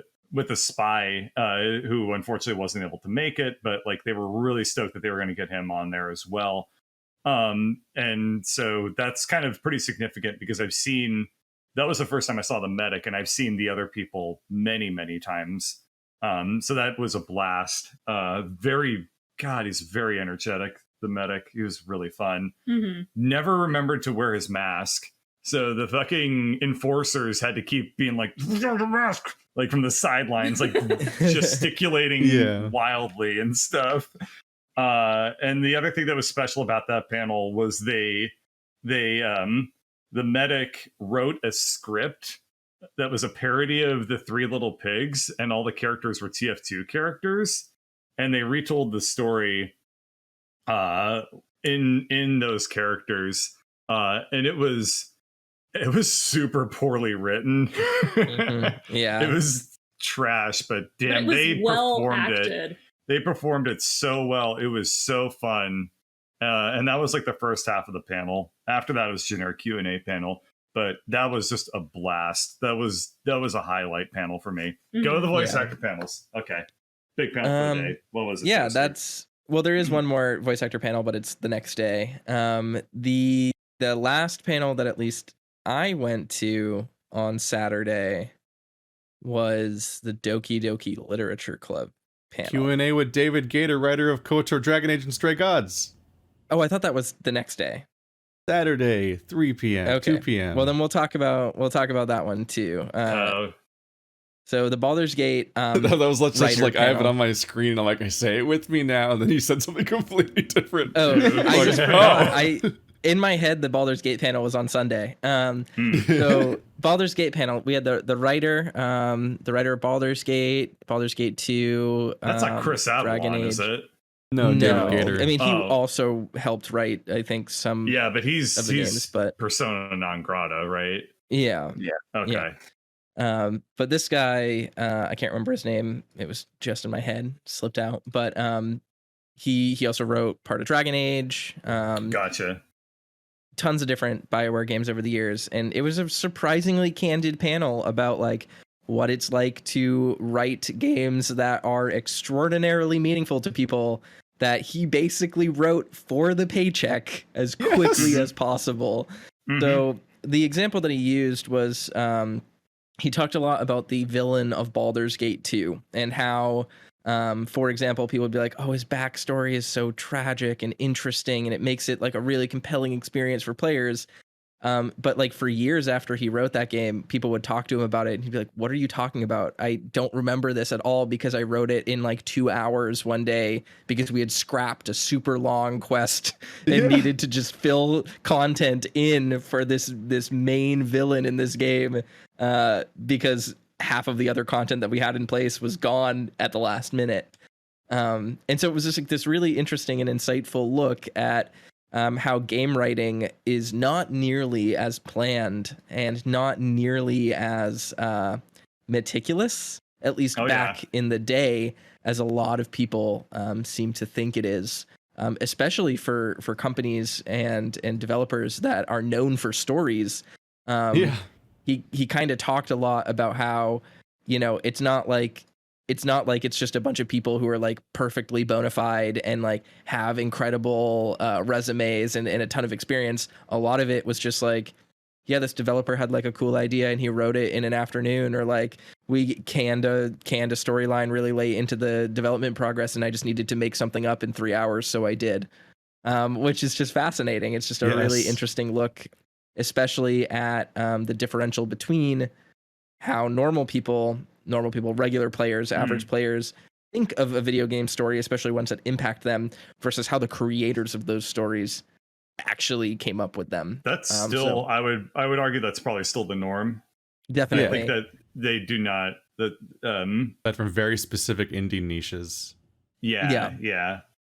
And I mean, it's fine. It works. You know, you don't need to integrate it that tightly. It's very interesting hearing the guy talk about just workhorse writing, basically, and how it wasn't even his go-to. Like he didn't even want to be a writer. Like he fell backwards into being a writer because he lost his other job and was like, all right, well, I'll follow up on this. And it's like, then he went on to write all of the games that got me into RPGs in the first place, and the first like gay character I've seen in a video game, and so on. Like a bunch of like important memories in my life. And I'm seeing this old dude that I've never heard of before because I didn't even really know about him specifically, and he's just describing the behind the scenes of stuff I didn't even know to think about.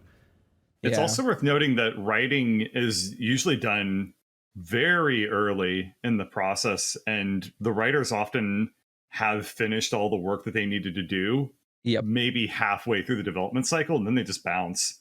Well, what he was talking writers about, rarely stick on through the entire development cycle. Well, what he talked about with this specifically was like he had written out a bunch of different stories, a bunch of different characters, and a bunch of different quest lines, and then like was basically done with his job for months.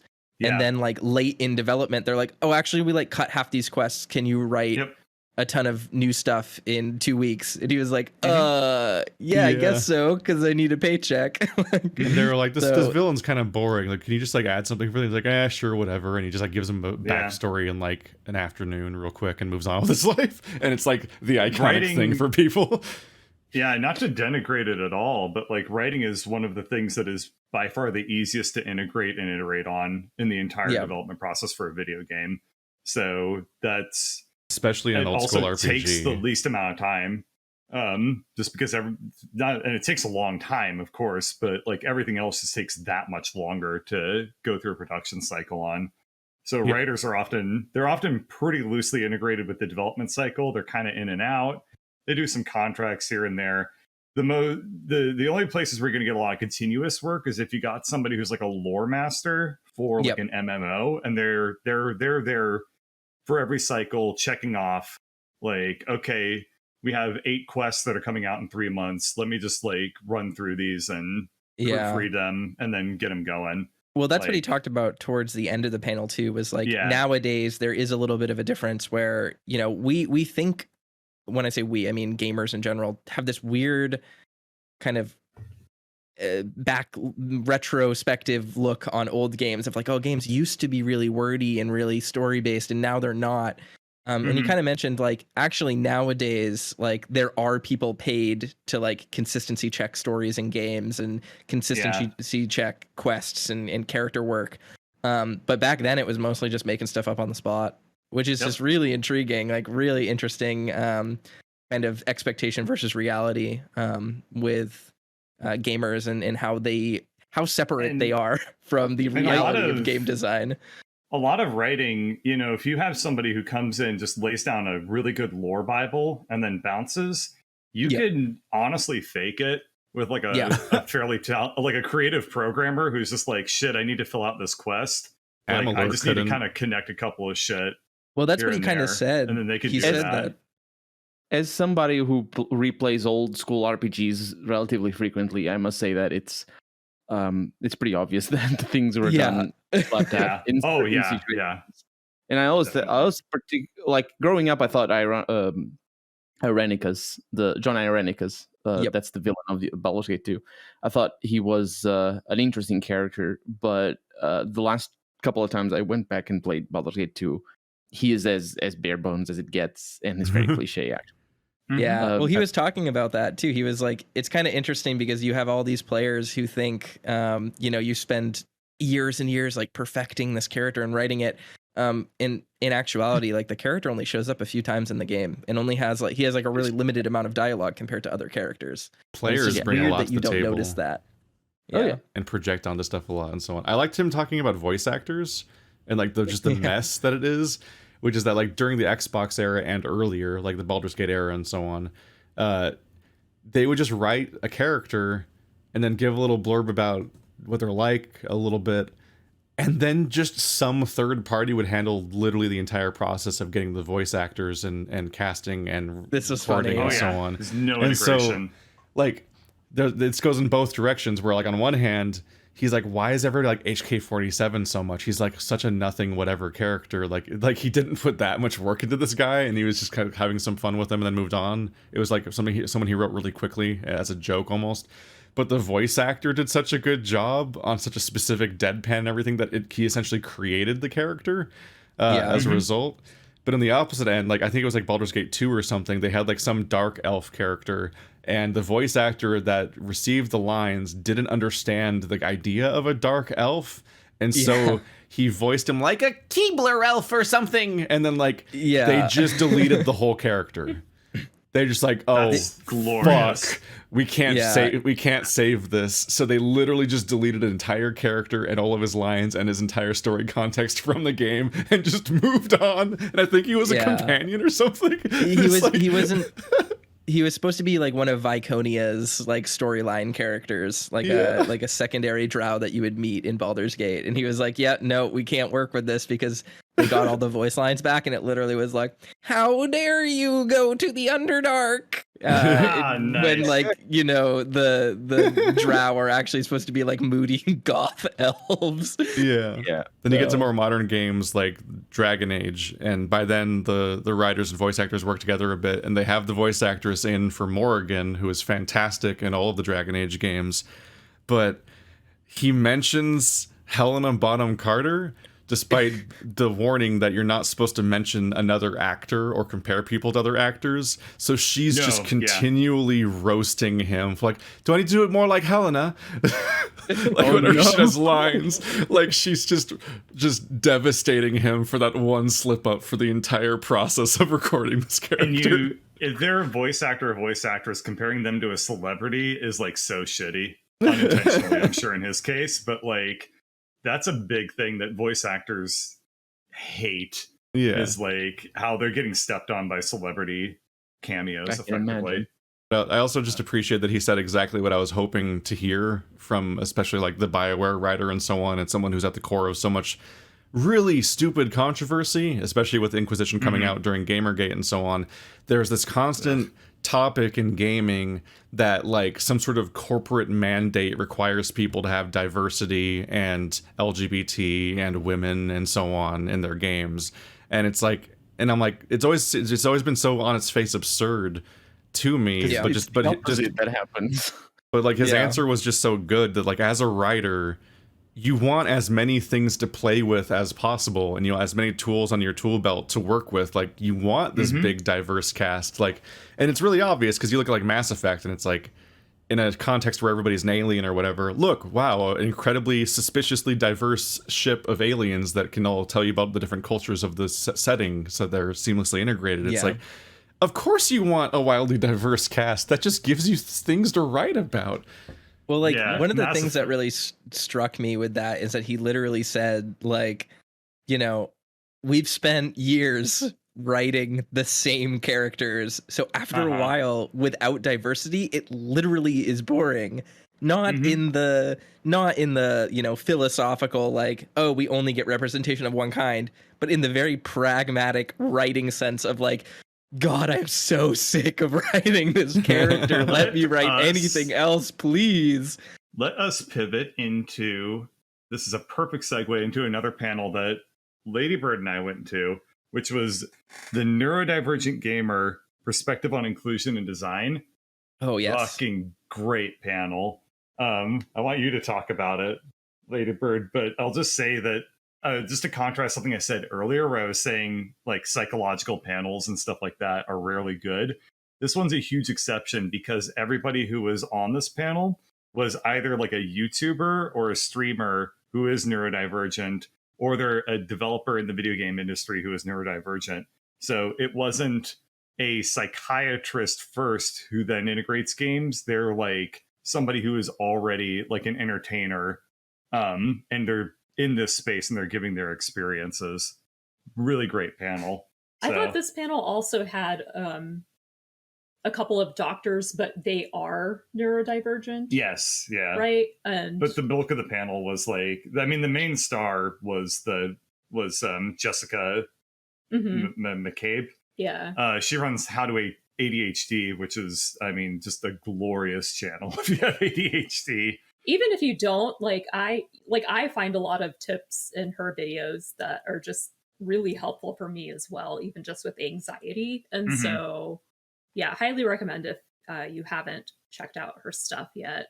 But yeah, she was there as well. And it was just, I don't know, for me, it felt very affirming to hear that, like, there were times when, like, Jessica would, like, not be able to finish a tutorial because like she couldn't figure out what some symbols meant on the screen, and things like missing one clue, completely being able to destroy her playthrough. Right. And how like it made her feel like something was wrong with her, like she's dumb for not being able to figure it out and stuff. But like I've had that happen to me, because I like playing games, but I watch them more often than I play. And so if like I do miss things that are like, oh, like such and such symbols are used for this purpose or whatever, you know. And if that becomes more standardized, like I'm not going to know that, you know. And I feel like a lot of times like one of the things I miss about old video games is that they came with a manual that showed all of the controls and like this is how you jump, this is how you run, this is how you pick up things, you know. And like it's frustrating for me when new games don't have that, you know. Because the thing about a manual is you can always go back to it when you forget. Exactly. You can't do that with just like a one-time tutorial. Right. And coming back to a game if you haven't done the tutorial in a long time, like, sucks. Yeah. You know, you can try to open up help menus and things like that, but there's so much less care that's put into those resources than you got with an old school manual that, like, they're not really nearly as helpful. So that was a big part of it. And just, they were really fun people through and through talking about their experiences, you know. This actually reminds me of an experience that we had in the past where I joined these guys for a game of Trouble in Terrorist Town. I'm sorry. Way that back was when. so bad. And like the game had no explanation of the controls really. It doesn't. And so it turns out I was the terrorist in the very first round, and I had no idea how to use my weapon at all.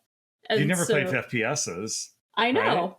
Yeah. No, I don't. And so like I was literally just running around trying to button mash to like do anything, and nothing was working. Like it was the weirdest experience. Because in TTT you have to explicitly pull out your gun. Right. And you have to press a button to do that. You have to press like V or something. Yeah, but none of you guys told me the controls, because you were just like, oh, what, like nobody assumed I would be the terrorist right off the bat. And so it's just like, oh, just run around, like it's fine. I couldn't tell you. I wanted to, but like TTT is like, it's also a communication and hidden role game. So you can't ask questions. And then on top of it, like that was during chaos time with like Pocket Pack and Lost Spider, and like getting a word in edgewise was fucking impossible sometimes. You're the MVP sorry. if anyone on the planet can ever win as the imposter of a game they've never played. Oh, it's horrible. It's like there's so much knowledge involved in it being able to lie. So the idea that you're just the imposter and you're like literally are like, how do I quietly test what the buttons do? Like you're so fucked. You're so fucked. Even if you had to play games like and shooters and so on. Like it didn't work out, you know. And so like being at this panel, it kind of like helped me feel more validated too, you know, of like, oh, like it, like I'm not just like clueless or dumb. Like there are things that can be done to give, like, for me to have a better experience gaming overall. One of the things that kind of piggybacking off of what you said about video game manuals too is it's interesting. Back in the day, moving away from things like having huge manuals was seen as like a win for accessibility, because you don't need to have a 200-page Neverwinter Nights book to teach someone how to play D&D so they can play the game anymore.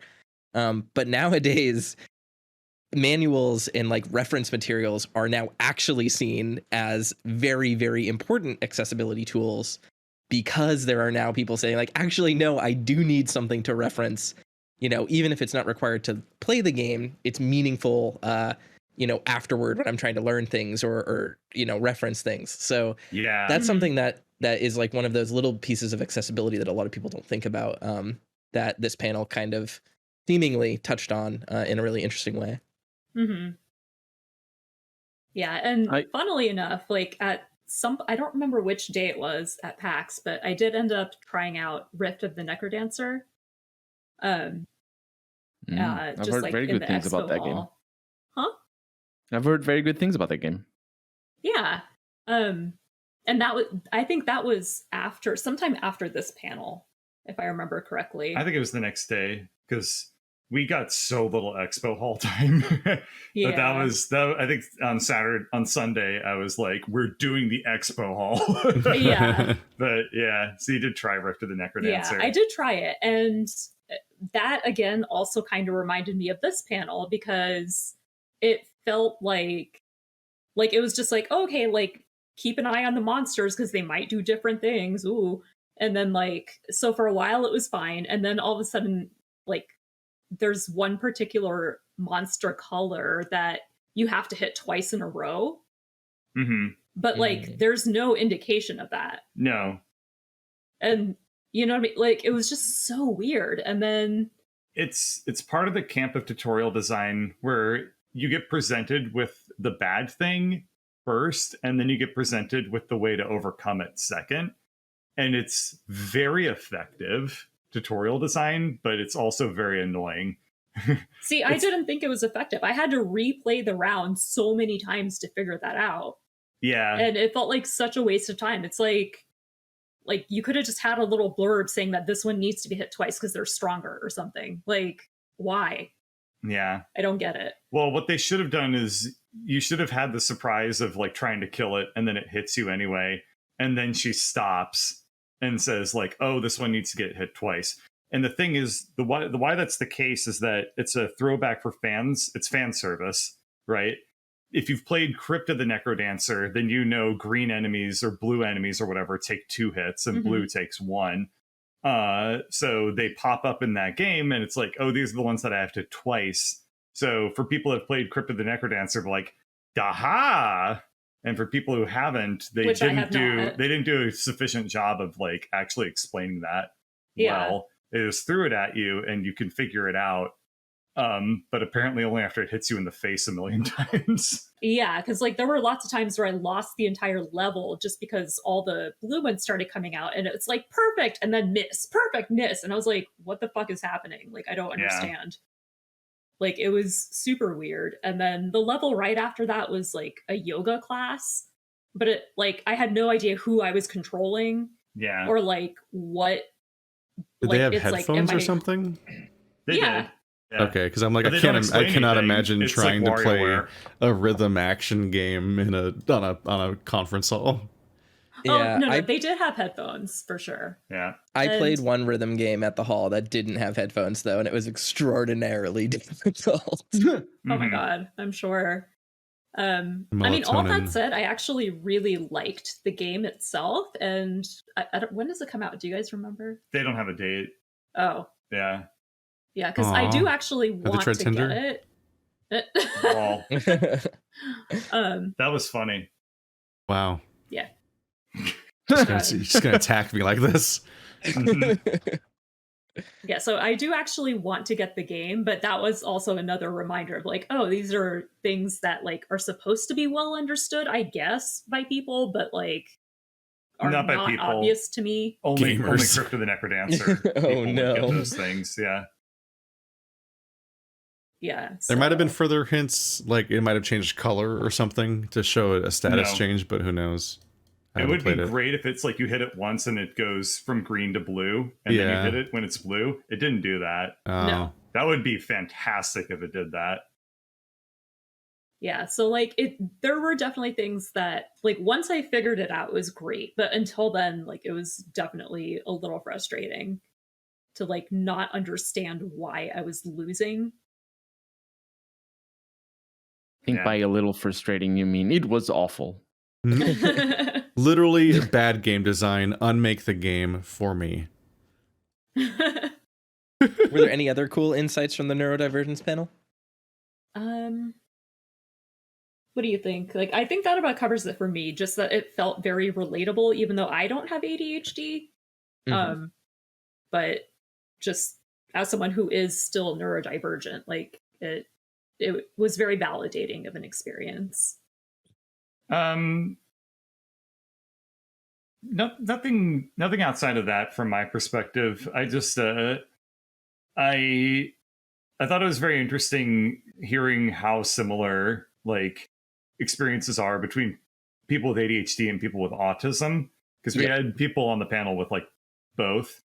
And you know, it's interesting how the term neurodivergent has sort of become like a label for that like subset of like mental health. Like it's very interesting like where that's been going. But I don't really have any particular thoughts on that right now. It's a huge topic, but it was just very neat to see that like on display there. Yeah, I'm sad that I missed it, but at the same time, there was so much stuff going on. That made making every single panel like kind of difficult. And I guess that is the segue into the Doki Doki Literature Club panel, right? We didn't see anything else in between those two. I don't think so. Sunday. I think we, like, so probably. Well, Doki Doki Literature is Saturday night. Yeah, it's the last thing we did on Saturday. Yep, we're still on Saturday. Oh, we didn't go. Yeah, you all went on Saturday night. I got dinner for it. Yeah, we couldn't make it. So that was unfortunate. Yeah, Lady Bear was there. Oh, that was the one where you got locked out.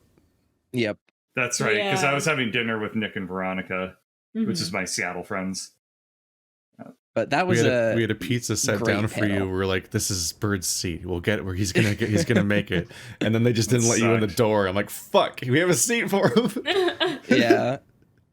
It's a shame, but it was a really good panel. There actually kind of isn't too much to say about it. It was really just Dan Salvato talking about like his history on the internet, how he got people to play Doki Doki to begin with, how he came up with the idea, and like kind of what some of his goals were for the characters. But yeah, he kind of talked a little bit about visual novel history. He played Tsukihime. He fell in love with it, wanted to write a visual novel. At that time, he was mostly working on mods and Smash community stuff for Melee. Started writing a game. Then like a year and a half into making it, I guess, decided I actually have a better idea, but it's only enough for like a small short scene or two. And then ended up just running with that idea until Doki Doki Literature Club became a thing. And he disseminated it across all of like the Smashers that he knew and a bunch of different other, like YouTube and Twitch streamers. And it kind of was just like a whirlwind. But the thing I wanted to talk about with that panel really specifically is that Dan Salvato is a really interesting guy. He does not talk or present information like you would assume a very like successful game designer running a panel would. He very much is just a normal person. And it was really insightful to see like the creator of this incredibly successful viral game talking about his game. Just sounds like a dude like who is not deeply prepared to discuss this stuff, kind of just stream of consciousness at a table like you'd hear on a podcast or something like that. So that was a really great panel. I think it was one of my favorite of the con, despite being relatively low production value compared to the rest of the panels we had gone to. I liked him. He was far away.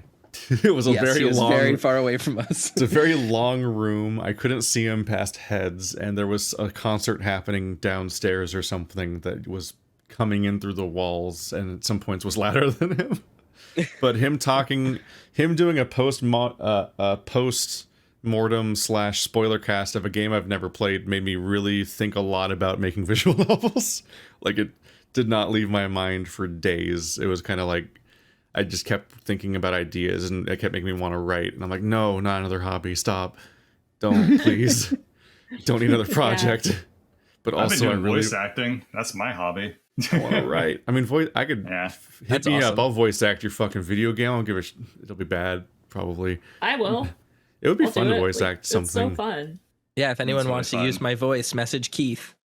Okay. The issue is that when Keith's his agent. I feel bad. That's I think one or two Keith people is all of our agent. I think I have been asked like twice technically, but You didn't reply to the emails, did you? I don't reply to like almost any emails, but it was just like that's fair. I'm sorry if you're hearing this, but I'm just like the game just looked really bad. There's just a certain percentage of the. That's just how it is, though. Yeah, I know. I just like a percentage of the emails I get are like just like solo project indie games that are not those incredible visionary projects you're going to be hearing about for years. They look just really, really bad. They just look really awful. I'm like, I That's the takeaway from the voice actor panels, is that you just got to do everything. Well, and that's how you break in. I'm not trying to break into the voice acting industry. I'm just saying that being a voice in a game would be fun. But, you know, like when I want to play. I think what you're saying is you would want to be a voice in a game that is good.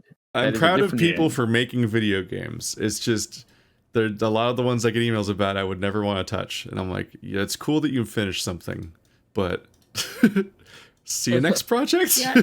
Yeah, it's more just, I think, like, just having that experience of like, okay, how can I make this probably very weird character into someone who's like relatable and feels real. And that was such like an interesting aspect of the panel too, is him talking about how like he comes up with a character idea and then like really just like focuses on trying to make them, and then the big kind of reward at the end was like seeing all of these random anime tropes like assembled into characters actually hit with people and be really relatable and like affect people in really meaningful ways. He talked a little bit about that in terms of like neurodivergence and like, you know, not to turn this into a Doki Doki spoiler cast, but like there's a lot of neurodivergence in the cast of Doki Doki Literature Club, and he just you know, as a neurodivergent creator and in working with neurodivergent audiences, like it's really fulfilling to be able to take a really simple idea and like he basically kind of said like visual novels are like the purest form of indie game, because like really you just take an idea and a creator can like make it entirely by themselves or like representing themselves and then just spit it out there for the world to see. And that's like kind of how Doki Doki came to be and got really popular. So it's like this cool convergence of all of these different factors that kind of play into each other, of like being a marginalized creator, trying to speak to a marginalized audience through a extraordinarily accessible, but at the same time, very, very in-depth genre of fiction that people have a lot of expectations for and stuff like that. So that was a really good panel, just very enlightening all around. I feel like everyone could have gotten something out of it. Yeah, I did enjoy the panel. I like, my only gripe with it is I wish he would have created at least like a title slide on like PowerPoint or something. It would have been great to have a PowerPoint. Just cycle through characters like or it something. was literally just him sitting at a mic. Like that was with us like a football field away from him in this extraordinarily long That room was room. so long, I swore I could see the curvature of the earth. Oh, sorry. The next day we saw the extra credits presents creators versus the algorithm, and there were interesting people to hear from. Toaster said he learned a lot. As a creator, I learned absolutely nothing. I was like, yep, this is definitely everything I'm very familiar with. So my primary takeaway was just the fact that that Dan from Extra Credits wears nail polish or nail paint and so on. I'm like, look at that. And I was just kind of staring at that for a while. Yeah, to be fair, so that panel was like, it was Low Spec Gamer, Dan from Extra Credits, Princess Weeks, and one other person who I can't remember. Tierzu. Tierzu. Yeah. I didn't know either of those people. I just knew Princess Weeks and Dan, and it was there for entirely for the novelty of seeing them in person. Just like with Mikey. Yeah. And it wasn't that panel was like giving me a bunch of completely brand new information that had never crossed my mind before. It was just really interesting seeing people that I've followed for a very long time. Like I've been subbed to Extra Credits and Princess Weeks and Low Spec Gamer for literally years at this point. And it was just really insightful to hear them be like, hey, we tried to do an experiment with the algorithm and it like played out this way. And then like in my head, I'm thinking back like, oh yeah, I remember when their thumbnails changed and all of their title schemes changed randomly for 2 weeks. And then they went back. Like that's what this is referring to. That's how they test it. So that was very interesting. It's interesting to see how like little setup projects with like 3 people become like these like companies over time. Because yeah, like I was listening to Extra Credits or watching Extra Credits all the way back when they were an escapist show, like an eternity ago. Like Yeah, that's that's true. like when I saw like the Skinner's Box episode that like informed a lot of thinking for a long time. Like that was in a shitty embed player on the Escapist website that only worked sometimes. One of the most influential game design videos of all time. I feel Yeah, like that video is solely responsible for people who know what Skinner boxes are. It's very helpful. It's very helpful information, and especially early on, that show was like really consistently high impact because they had so much to cover because they were starting from scratch. I actually like kind of fell off of the show over time because there's just so many years of them trying to come up with topics, and I'm like, I feel like we've done a lot already. Like it's a long wait between topics that will like be informative, particularly. And seeing Princess Weeks was there, it was interesting, and I don't know how you even get that set of people together or how that panel was created. It was just a very random assortment of YouTubers essentially. It sounds like it. So I have a event in 45 minutes. I need to rest before that, so I will be leaving. But all right, you'll be sticking I'll around. hang out, yeah. And you can speak on my behalf. Okay. All right. Well, thankfully, Goodbye, Bird. this was great to talk with you, Bird. Thanks so much. Thank you. Toaster says thanks. Oh. Great, thanks, Bird. Thanks. All right. No. Well, So that's man. nice. Was it Brian said he went to a panel that was about how to save money on games, and it was just really like a guy teaching people how to Google things, basically. It was literally someone just being like, make sure you check a Green Man Gaming. Yeah, Like, and I it guess was like Cheap Ass Gamer or something. Yeah, Yeah. it was a And CAG panel. And I guess Yeah. Bird and Brian went to a panel about Raspberry Pis, but they didn't have any because of the Because of the huge global shortage. Like they're so out of Raspberry Pis that if you pre-order one now, it'll still take over a year to get one, so they won't have them next year either, basically. And so that was just another like kind of a flat line where nothing really happened there. Yeah, because in the description it didn't specify, like it made it seem like you'd be able to buy a Raspberry Pi at the panel Yeah. and then like work on it, but that just wasn't the case. So then they're like, oh, well, I guess we're just going back to board game area. Yeah.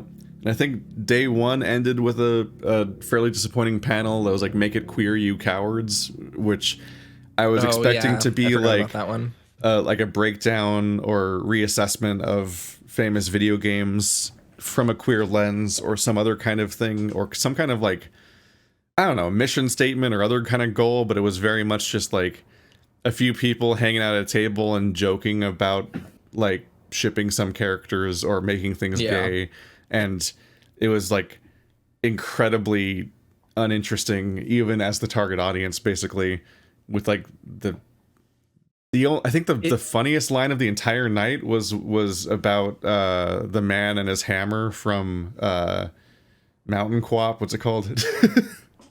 Getting over it with Bennett with Bennett Foddy. Mountain Co-op. Just like because you were supposed to ship these characters, and they were talking about the man in the cauldron and his hammer. And just the Diogenes and his hammer. Yeah, just the delivery of the line about like the hammer is not the tool for this job was just like the funniest comment the entire night in what was supposed to be an hour-long comedy thing, and it was just all right. It was like the worst improvised game show of all time. I mean, really, they were just like, it was just a bunch of, for lack of a better word, like a bunch of LGBT people making jokes with their LGBT friends about LGBT things, which is awesome, but very much not what was kind of described by the panel description. Like really a lot of it was like, hey, give me like 2 characters from games that you wouldn't expect to ship and then convince me of their ship. And it's like, that's fine, whatever. There was just no texture to it or meaning to it. Yeah, it didn't really amount to anything. But it wasn't a wasted time. It just kind of was awkward. The level of preparedness involved from panel to panel is so wildly varied that you start wondering about the process through which panels are made and so on. It gets, I start thinking more about the background stuff than the thing I'm actually looking at some point. Yeah. Let's see. I mean, and it's interesting too, because it's like, this actually gets to something about PAX that's been better these past few years, is their, diversity in panels and panel givers has really greatly increased since the, early 2010s. But, at the same time, it means you get some duds where it's like a bunch of people who are not prepared to host a panel, talking about something they're really passionate about, which is great, but not in a way that can kind of land with any sort of audience. So it is what it is. It was better than the Pokemon panel. It was better than the Pokemon panel. It did get What a a few bar. laughs out of me. Yeah. And I then think that was brings Saturday. us to that brings us to Sunday. Oh, I that don't was know. on Sunday, I thought. That was I think that was Friday night. It's just that I couldn't. That one was Friday night. I think yeah. I couldn't find. I'm scrolling down the schedule of panels, and I think it's just not here. Like it's just somehow not listed. So I just remembered it on a whim that it happened. It was the ghost. I think panel. I think I largely struck out on my first day, where it was just movies with Mikeys and then garbage all day. Yeah. Aw. I'm trying to think. I think I only went to 2 panels on Sunday. Bloody The first Roar one was, 2. Yeah. How we redid That the one was PS1 really game. fun. That was an awesome panel. So Kira Buckland and Casey Mongolo, I guess, are really big into PlayStation 1 fighting games, and very specifically Bloody Roar 2. They're roommates, apparently. And I guess when the pandemic started, Casey Mongolo, the voice of Shinji in Netflix's Evangelion, they said, like, hey, I'm bored and I need a pandemic project while we're all, like, working from home. I'm going to play Bloody Roar 2. And then they did, and they realized the English voice acting for that game is abysmal. So they reverse engineered the game and created a patch where they took them and all of their voice actor friends and revoiced the entire game, and then worked with members of the Bloody Roar 2 competitive community to get it, like, hosted online and get it bug checked and stuff. And now there is a ROM out there floating around in an X Delta patch where you can patch in professional 2022 voice acting for a PS1 game, and it will work on real hardware. And that is cool Nice. as hell. But You yeah, gotta that burn panel a was great. disc. It was really cool to see voice actors be normal people, just like everyday internet people that you would find in a random Discord server. But it was also cool because that's like a really awesome fan project, and it speaks to the strength of, like, really specifically, competitive fighting game communities who just are. There are people out there that are still repping for Bloody Roar 2. Bloody Roar wasn't even a game that had, like, a super deep competitive scene when it was contemporary, but nope, they've got a whole Discord server full of people who are willing to, like, the game and redub it. Like, that's awesome. Listen, I will always remember the furry game. Yes, it is in fact the furry fighting game, or Even if the furries original one. I more should remember say. John Talbane from Darkstalkers. Yep, exactly. Good old Gallon. But There's all this granularity to it, like how they had to make the voice lines be exactly the same duration and file size as That's like exactly the what I was original gonna versions just say, and so yeah. on, so they could sub them So in without fascinating. questioning them. And so like Casey talked about that. He was like, you have to you have to make the file sizes match perfectly, but you also have to make the run times match, because, like, they couldn't edit the code. They couldn't change the game in any meaningful way, because if they did, getting it running on actual hardware and, like, making bug checking and QAing and stuff, it would be a lot more difficult. So they, like, literally used those limitations to their advantage and would, like, redub and use blank padding and stuff in order to, like, increase the quality of the files a little bit, make things a little bit clearer. Because they just, obviously nowadays technology is so much better, that you can do more of that and still not mess with the game in the way that, like, back then the technology just couldn't support, which is really cool. I ended up playing a game against the community, like the Discord community advocate there on stage, which was really interesting. I got them to sign my hitbox, which I used later that day to play in the Guilty Gear tournament. So that was really cool. That was a really great panel. Probably my favorite of the con, if not the next one that we'll talk about, I'm sure. Got to have your you got to have your fight stick signed by, who was it? All Casey of and them sang Kira. it. Everyone, right? Yeah. It's like the voice actor from like Nier Automata and Pokemon and so on. Was this Yep, the same Kira- so Shinji she voice voices- actor that was being mentioned by Bird earlier? Yes. Yep. Same one. So it was Casey Monglow and Kira Buckland. Kira Buckland voices 2B in Nier Automata, and Casey, aforementioned, voices Shinji in Netflix's dub of Evangelion. So that's all really cool. That was a great panel. Very small. It was probably the least attended panel of the con that I went to, at least. Oh yeah, but that was an empty room. It was so good though. Everybody who wanted to fight these voice actors in this video game basically got to. Yeah, like they basically started the panel saying like, hey, we're going to bring a few people up to the stage and then like give them, signed photographs and stuff, autographs or whatever. But then by the end, like basically everyone just got up because there were only like 20 people in the room. So it was just kind of this rotating like hut swap game of Bloody Roar 2 with people who are now, technically the voices of those characters, which is really sick. There was some disrespect happening. The people who got up could not generally figure out how to play the game because its controls were strange. So there was like there was like you could see how much the people that were on the panel were toying with the people that came up. Yeah. I mean, like I'm good at fighting games. Not all fighting game skills transfer to other fighting games, but I'm pretty good at them. I've been playing them pretty much my whole life competitively. But boy, Bloody Roar 2's controls are extraordinarily weird, especially if you're familiar with 2D and 3D fighters. That game is odd. But no, they were actually legitimately good at it. They were all styling on each other. The community advocate guy was really excellent. And I think there was another member of the Discord community that actually went to that panel and played against him. So we did get to see some cool, like, high-level Bloody Roar 2 matches, which I was not expecting.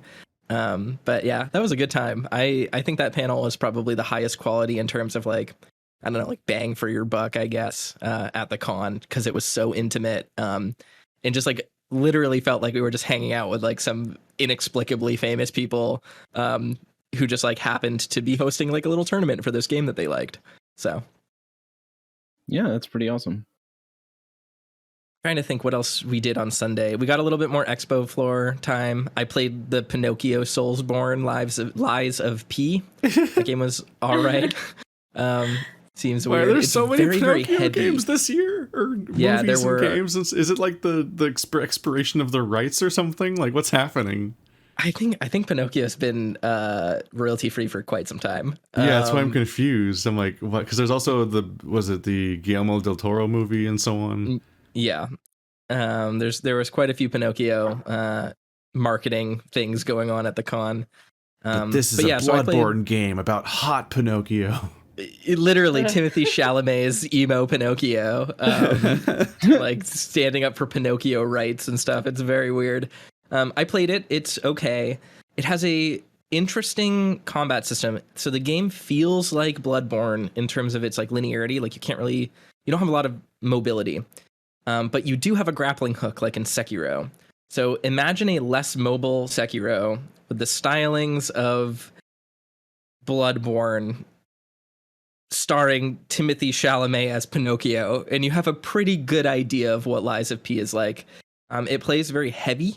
It's a really slow, like it looks like it should be faster than it is, but it is surprisingly laborious to do anything. I couldn't tell if it was just input lag because playing on crappy hardware on the show floor or whatever, but there is a considerable amount of delay for any action. So it really does feel a little bit more traditionally Soulsborne than I feel like a lot of Souls-likes feel. So that was a pro and a con, depending on how you feel. I'm more interested in that game than I was before I played it, that's for sure. But yeah, Lies of P, what a trip. Probably the weirdest game I played at the whole con. I played 0 games except the classic Nintendo. Classic is not the right word. One of them was most current generation Nintendo games. Because I guess I was Mario Kart. I did have a lot of fun with War though. That was an experience. Yeah, War is a very strange arcade game where they hook up 3 separate. They hook up 3 cabinets to each other in a triangular formation, so you can't see each other's screens, and it's not even immediately apparent what's going on, but because like when you first start playing it, you're just playing like a co-op campaign essentially. And the way the controls of the game work is that it's a third-person shooter, and when you come up to this console, the arcade controls are essentially a WASD of buttons on your left hand, and your right hand is a flight stick. And so it's completely baffling at first glance, but once you start pressing buttons, you realize, oh, this is modern dual stick first person shooter aiming that we've had ever since Halo, where the left hand is move forward, move backwards, and strafe, and your right hand is aiming. And the look-in version is inverted by default, but the game looks like a Nintendo 64 game. Like, it looks incredibly ancient. So I was completely and utterly shocked that it had almost entirely modern controls, despite how incredibly old the game was. And what was funny is that, like, while I'm playing, it's like you see co-op partners spawn in while you're fighting like robots and shooting turrets and whatever and moving forward through this little level. But once you hit 3 players, suddenly it just aborts the co-op campaign and turns into an arena shooter between the 3 of you, and you start actually having a death match where you run around and pick up weapons and shoot each other and so on. While I'm playing this, I am just fucking popping off. Like, I'm getting like it's like a 12-to-1 kill death ratio. Like, I'm just flattening these other players. And I was one of those players. Did you play it at one point? Yeah, you wrecked me. And Brian walks around, he's just talking about how, like, everyone else playing this game is complaining about how horrible the controls are and how unplayable it is. And I'm just completely, instantly, like, in the flow state of this game I've never played before. Like, I'm 100% ready. The only thing holding me back is the fact that, having a flight stick and so on is very difficult when you are 6 feet tall, and the game and like arcade cabinets are made for like children to be able to reach them. So like I needed a chair to sit down in to be lower, so I would be like my arm would be level with the flight stick. But like it was shockingly playable for an old shooter. Like it was 100% better, like more playable than like GoldenEye and Perfect Dark and stuff like that you would have that probably came out around a similar time.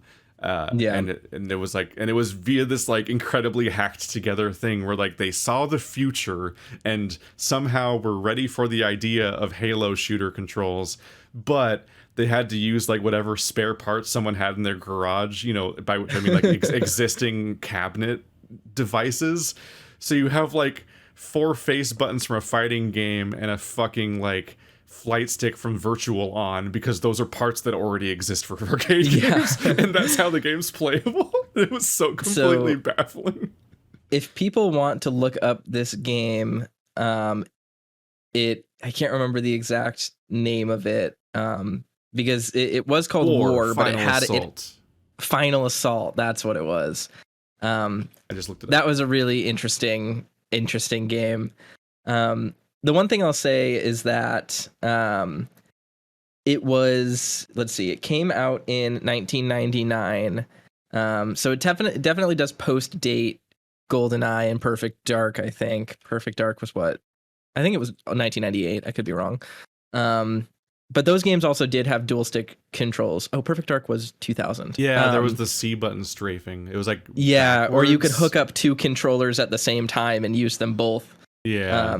Which is weird. And then I know Medal of Honor also had those, you know, modern controls, but as far as the timeline goes, like this is probably one of the earlier standard controller peripheral takes on what we know as our modern FPS control scheme. So like that was pretty interesting as like a piece of history.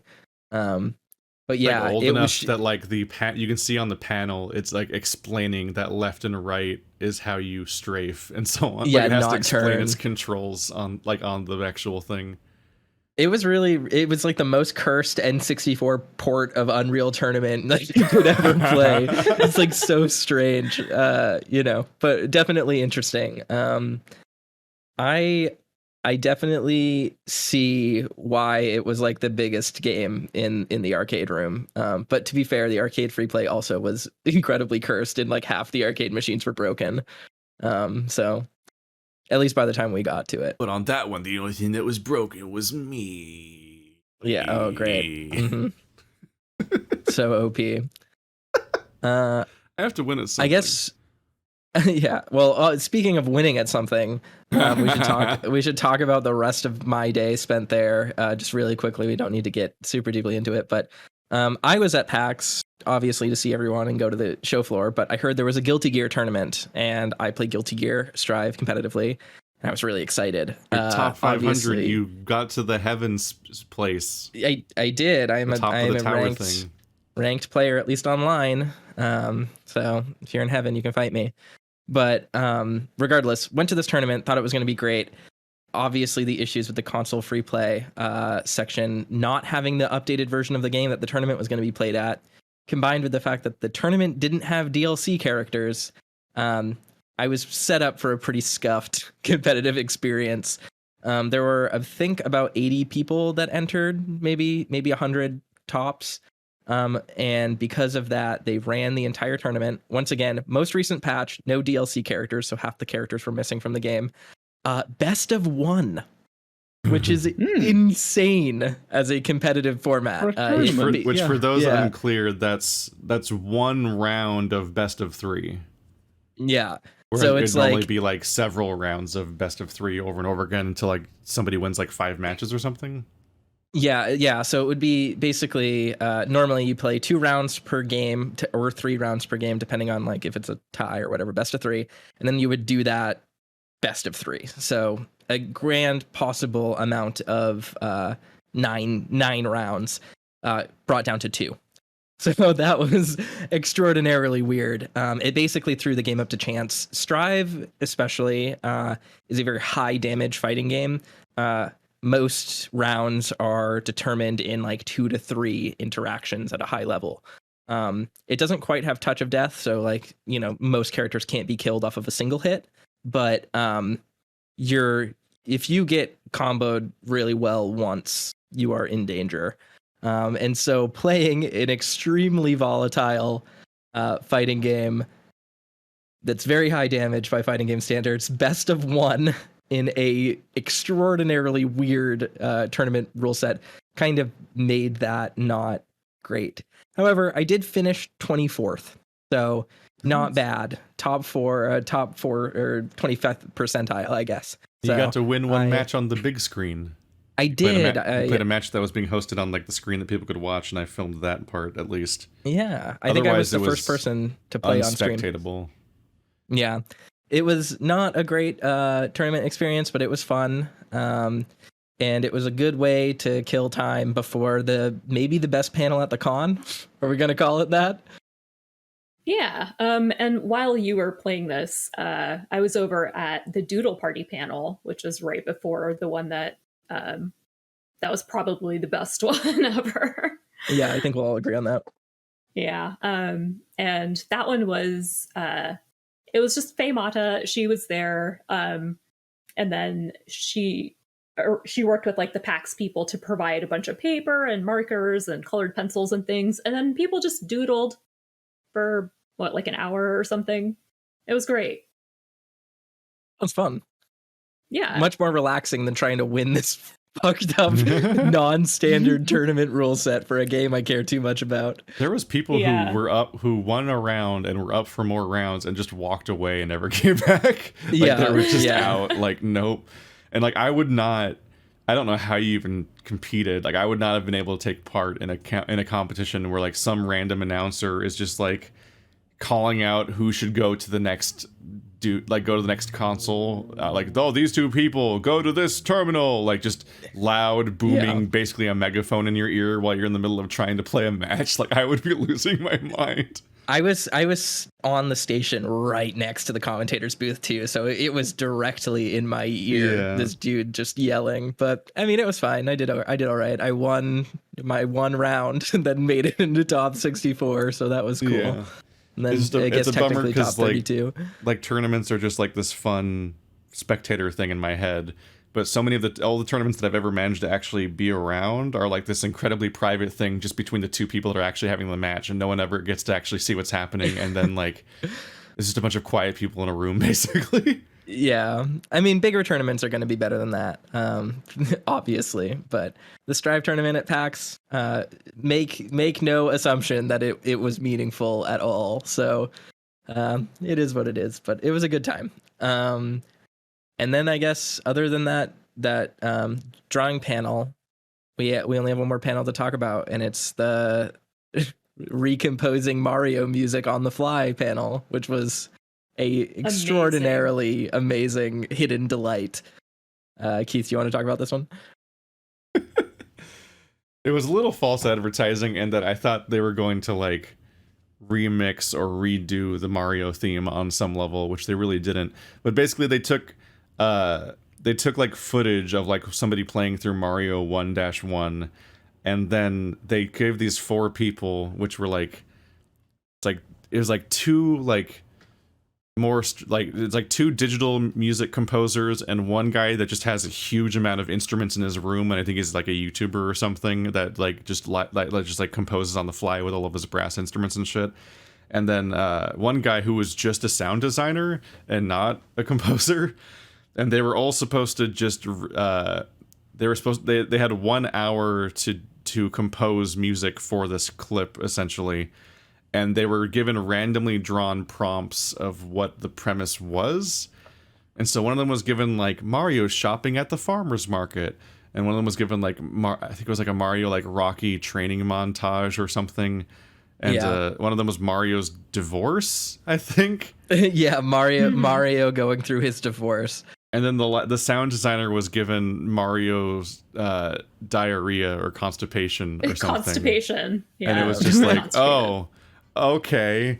And it was less so they spun a wheel that had all these options for Yeah. each person, and that's just what everybody There were landed on. a ton that didn't get picked. Like my favorite one that I really wanted to get picked was Mario contracts malaria.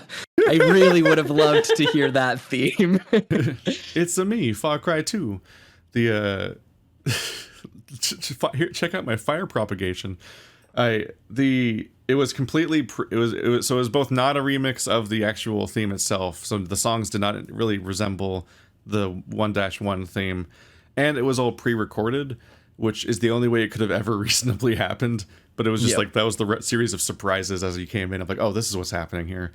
So they had like pre-recorded the thing, and so they had like weeks ago they had this moment where all these people are panicking and trying to compose this thing on the fly in their editing software over the course of an hour, and the host was like cutting in and calling them on Discord and like checking in like, how you going so far, like every 15 minutes or so, and you just hearing these people just kind of like panic as they create music sin essentially, and then we and at the panel are hearing them react to these little moments, checking in. So like as they cycle through them all in the recordings, then they cycle through the real people that are right there in person, and it was just, they were just very funny people. But most cursed of all was the sound designer who was prepared for this in some ways and not in others. He wasn't ready to create music, but he had created music in that he at some point in the past had horrible diarrhea, and as a sound person that's ready to collect Foley or whatever, he set up an entire array of different microphones in his bathroom so that he could record it. And so he had just an astonishing homebrew library of his own home brew, and it was just an actual fucking nightmare to listen to. And so what they did is they went back and just in that 1-1 clip, they just re-foleyed the entire game's audio of just every single like jump and impact and item pickup and so on, and shell bounce and coin with this variety of cacophony sounds. And oh no, that just it was just the crazy disbelief faced by hundreds of people. And the Yeah. wildest thing about this is that this was the sound designer of Hyper Light Drifter, like a game that is known for its sound design. And it was this is how live you get there, streamed, apparently. so other sound designers were popping up on their like Apple Watches and reacting to what they had done. One of them was like, "What have you done? What have you created?" It was quite the ride. It was. Yeah, These people it was a were good time. extremely prepared to as a counterweight to the other panelists we had seen in that There was room.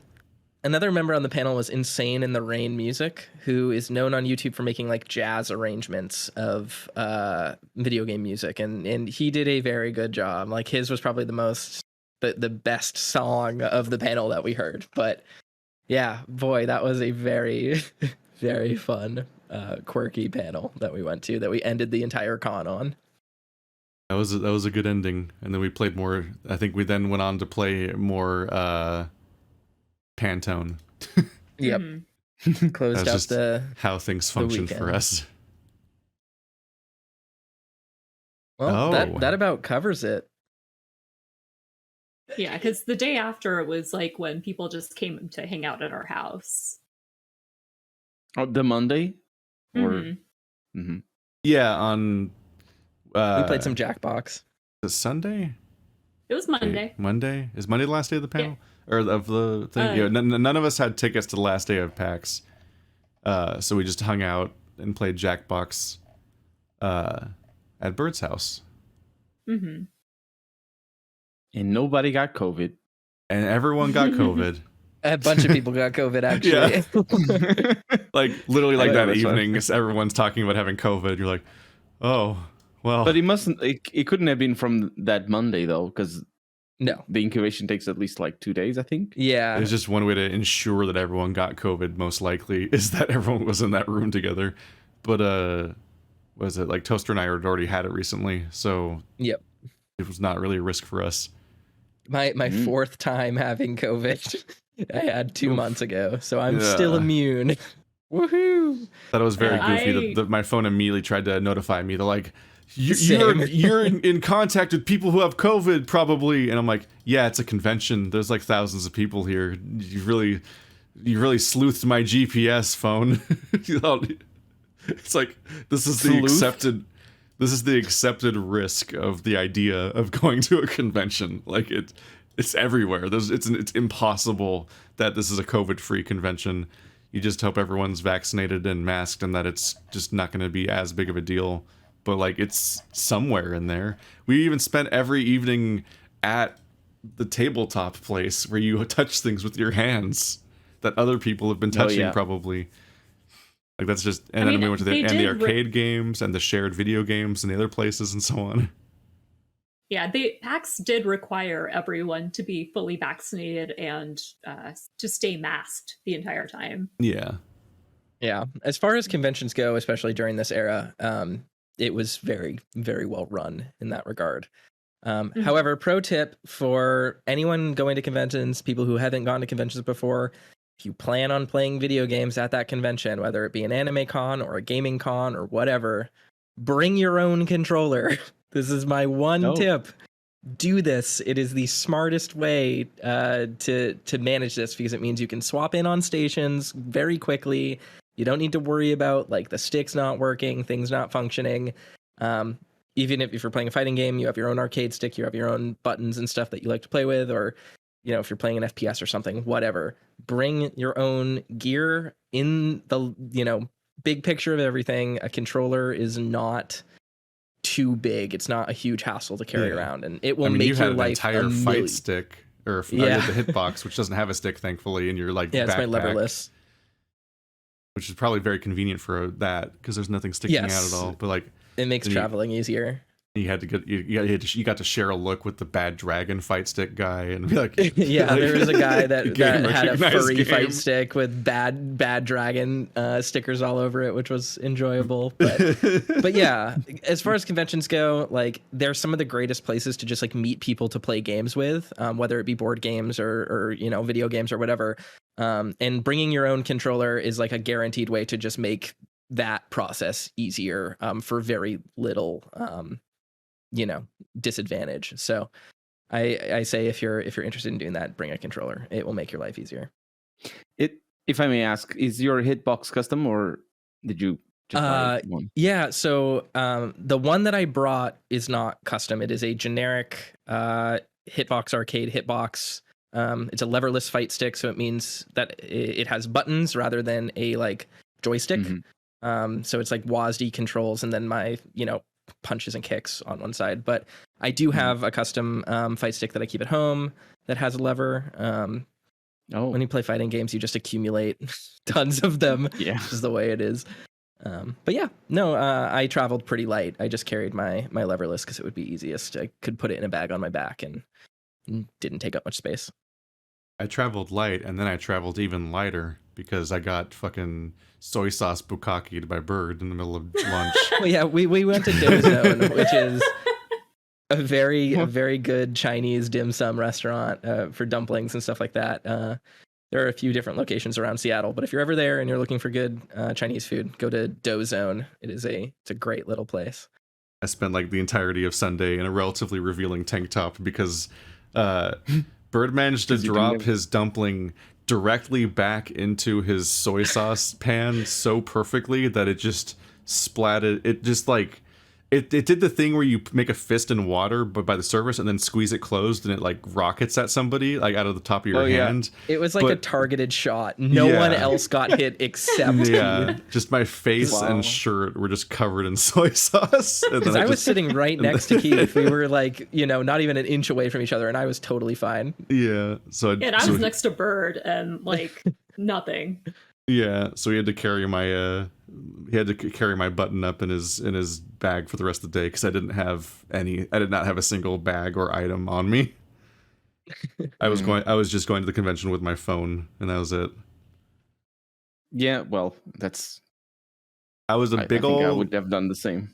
Big old coward who largely noped out of all of the actual show hall stuff because it's just this huge noisy area with hundreds of people, and every single second of being there you feel like you're in people's way and you're just like stressed out. And I found it interesting because like Toaster usually doesn't do well with groups and so on and like public stuff, but we talked about the height difference, which is that when I'm 6 feet tall, all I can see is everyone all at once, and Toaster can't see anything. Yeah, so he's I'm really just short. Like slipping in and out of spaces and gaps, and like it's like meaningless to him that there's a crowd because he can't see the sheer number of people everywhere. It's interesting. I really like conventions. I've had a long history of going to them, but even aside from that, like Keith was talking about how scary it is to like, you always think you're in the way and you're like trying to navigate because you can see everyone and you have to you're like constantly situationally aware. But for me, I don't really do great in crowds. I have really bad social anxiety and stuff. But because I'm so short, all I see is whoever's standing in front of me. Like that's all I can see. So I kind of just lose myself in like the zen of the crowd, and I just navigate to where there is space or I don't, and it's totally fine. So that's probably why I was able to spend more time on the expo hall floor than everyone else, because to me, I mean, I can't see anyone. I can't see the crowds. I can't hear anything. I'm just kind of in my own zone. You can't hear anything? I mean, it's just so loud. It's so loud that it all just kind of blends in. Being in a crowd is just the noise, the constant noise of people talking. I was there for like very atypical reasons. Because like I just remember like PAX like 2018 or 19 or something. I was like, I'm not going to go to that. I don't like the idea of conventions. I would never want to go to those really. But then while it was actually happening and I just saw like the roster of people that I knew that were all going to be in the same town and each other at the same time, I had such intense FOMO and regret from that I'm like, I'm going to PAX in the future. This is happening. So once this many people were all going to go and so on, I'm like, I'm absolutely going. But I was pretty much just there because of the other people. And I'm like, I guess we'll just go to some panels and stuff. But I don't actually care about like the concept of merch that's sold at a expo is so like uninteresting to me. And the idea of playing the games doesn't really click because I'm mostly just stressed out by the room. And I'm like, I could just play these games later. There's a very significant chance these people will send me this game unprompted. Like, I can wait. It's fine. So I mostly just got in and out of those big rooms relatively quickly. I fucking side-eyed the shit out of Tiny Build and they're 1 Oh my billion God. Hello Neighbor cabinets, and not even the tiniest sign of any kind about Pathologic. I'm like, Finji still reps Night in the Woods, but you guys can't even sneeze in the direction of Pathologic anymore. I see how it fucking is. It was extraordinarily frustrating that like they're literally Tiny Build was probably the biggest booth in terms of just square footage, and all they were shilling was Hello Neighbor. And it's like no one was playing it. There was no one there. The target demographic for Hello Neighbor is children on their phones, and there were not enough children at the con to compensate for that. So you just had this gigantic orange eyesore of a expo hall booth playing a game that literally no one likes. Yeah, like just a universally gotcha game reviled stations. game that only had any success because yelling streamers gave it a spotlight for a bit. Yeah. Can you That's their imagine if they entire only business. had like I hate that that's what brings success, as opposed to like the concept of Pathologic. Like it hurts Yeah. so much. All they had I'm to do so was just- resentful. a booth for Bachelor cosplay, and that would be Yeah. That's the funny thing is last time I went to PAX was before they went on break for the pandemic, and I did play Pathologic there, and it was the same booth. Like it was everything except there was one tiny demo kiosk with Pathologic on one side and some other tiny build game on the other, and that was it. I was so bummed out by it.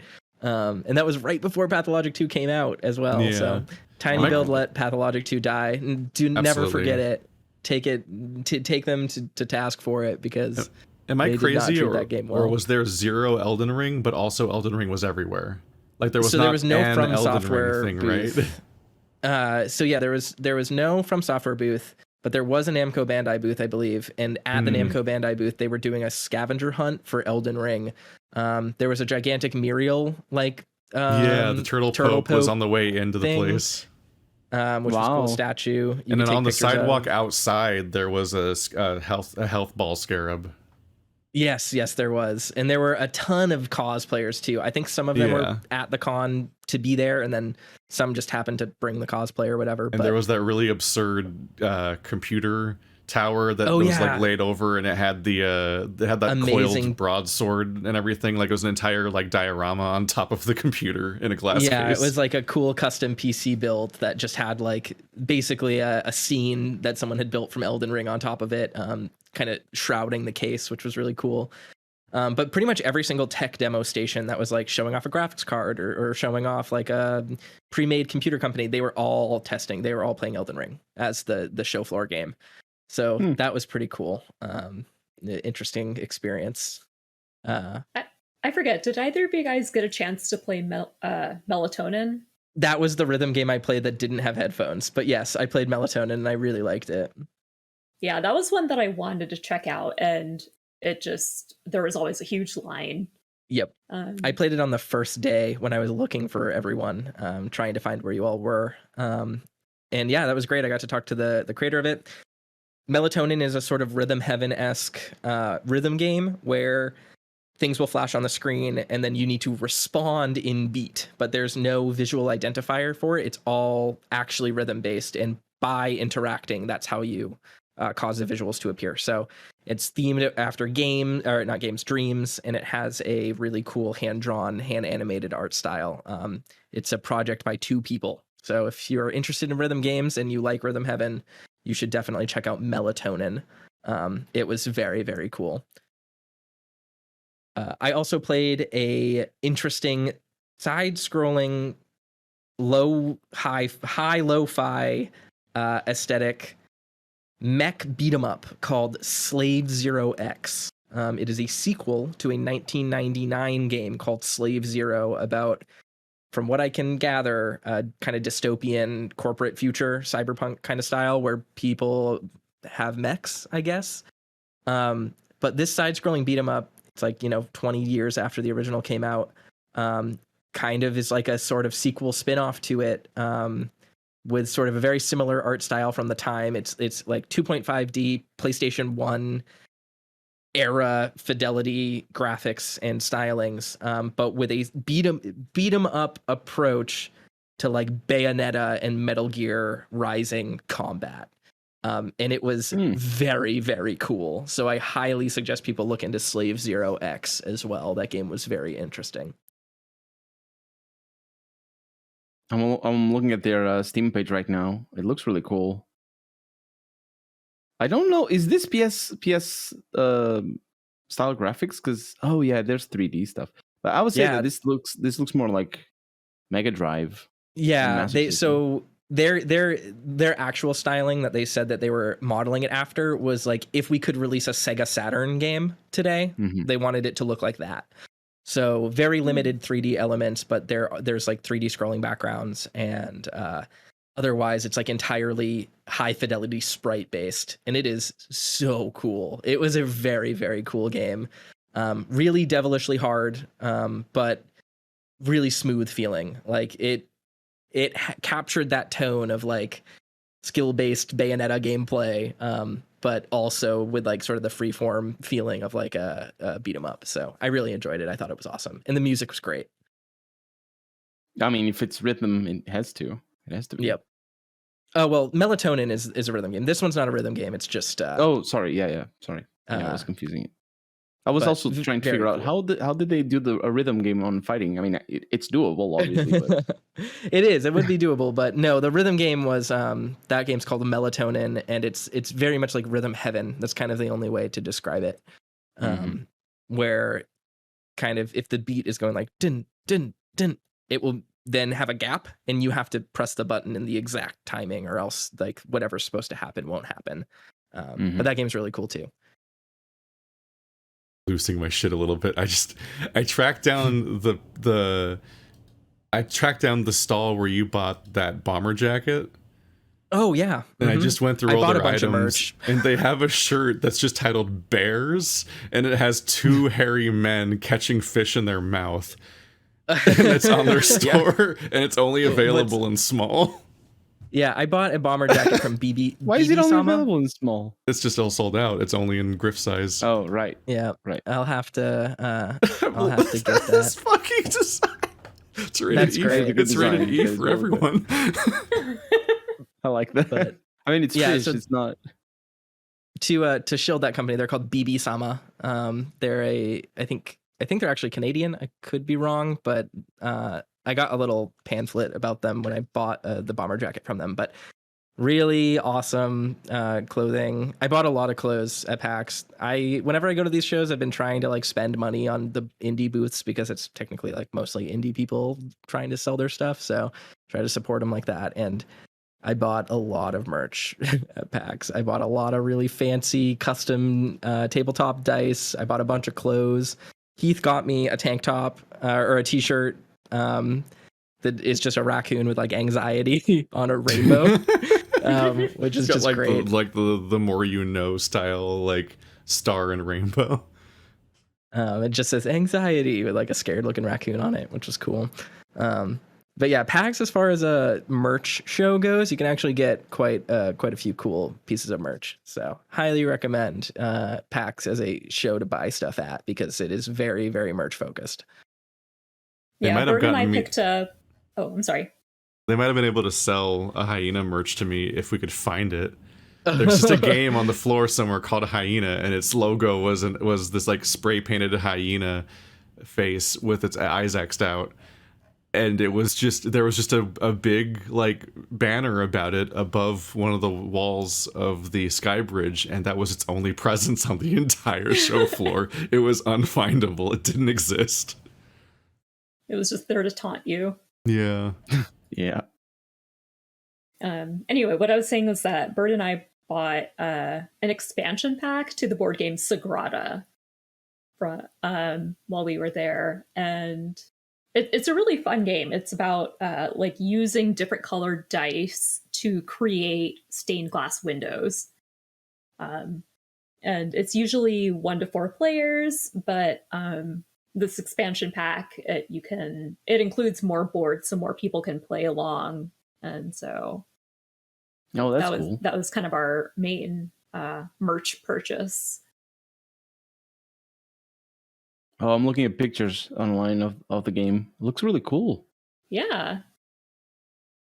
Yeah, the thing with Sagrada is that the scoring system is really weird, especially if you're playing by yourself. But I feel like if you played it in a tabletop sim, where it calculates the score automatically, that's not really an issue. Yeah, That could be really interesting. Yeah, we should look into that. we should. Honestly, this all like- the board games that we played and looked at the con were great. It was a really great game for tabletop, or con for tabletop stuff. Mm-hmm. There was also another one that we played with Bird's like IRL friends. I don't remember if you guys were there with us, but it was basically like a giant, like a drawn picture, essentially, like kind of a Where's Waldo type of deal. And like you're supposed to try to solve mysteries because like different things on the page take place at different times.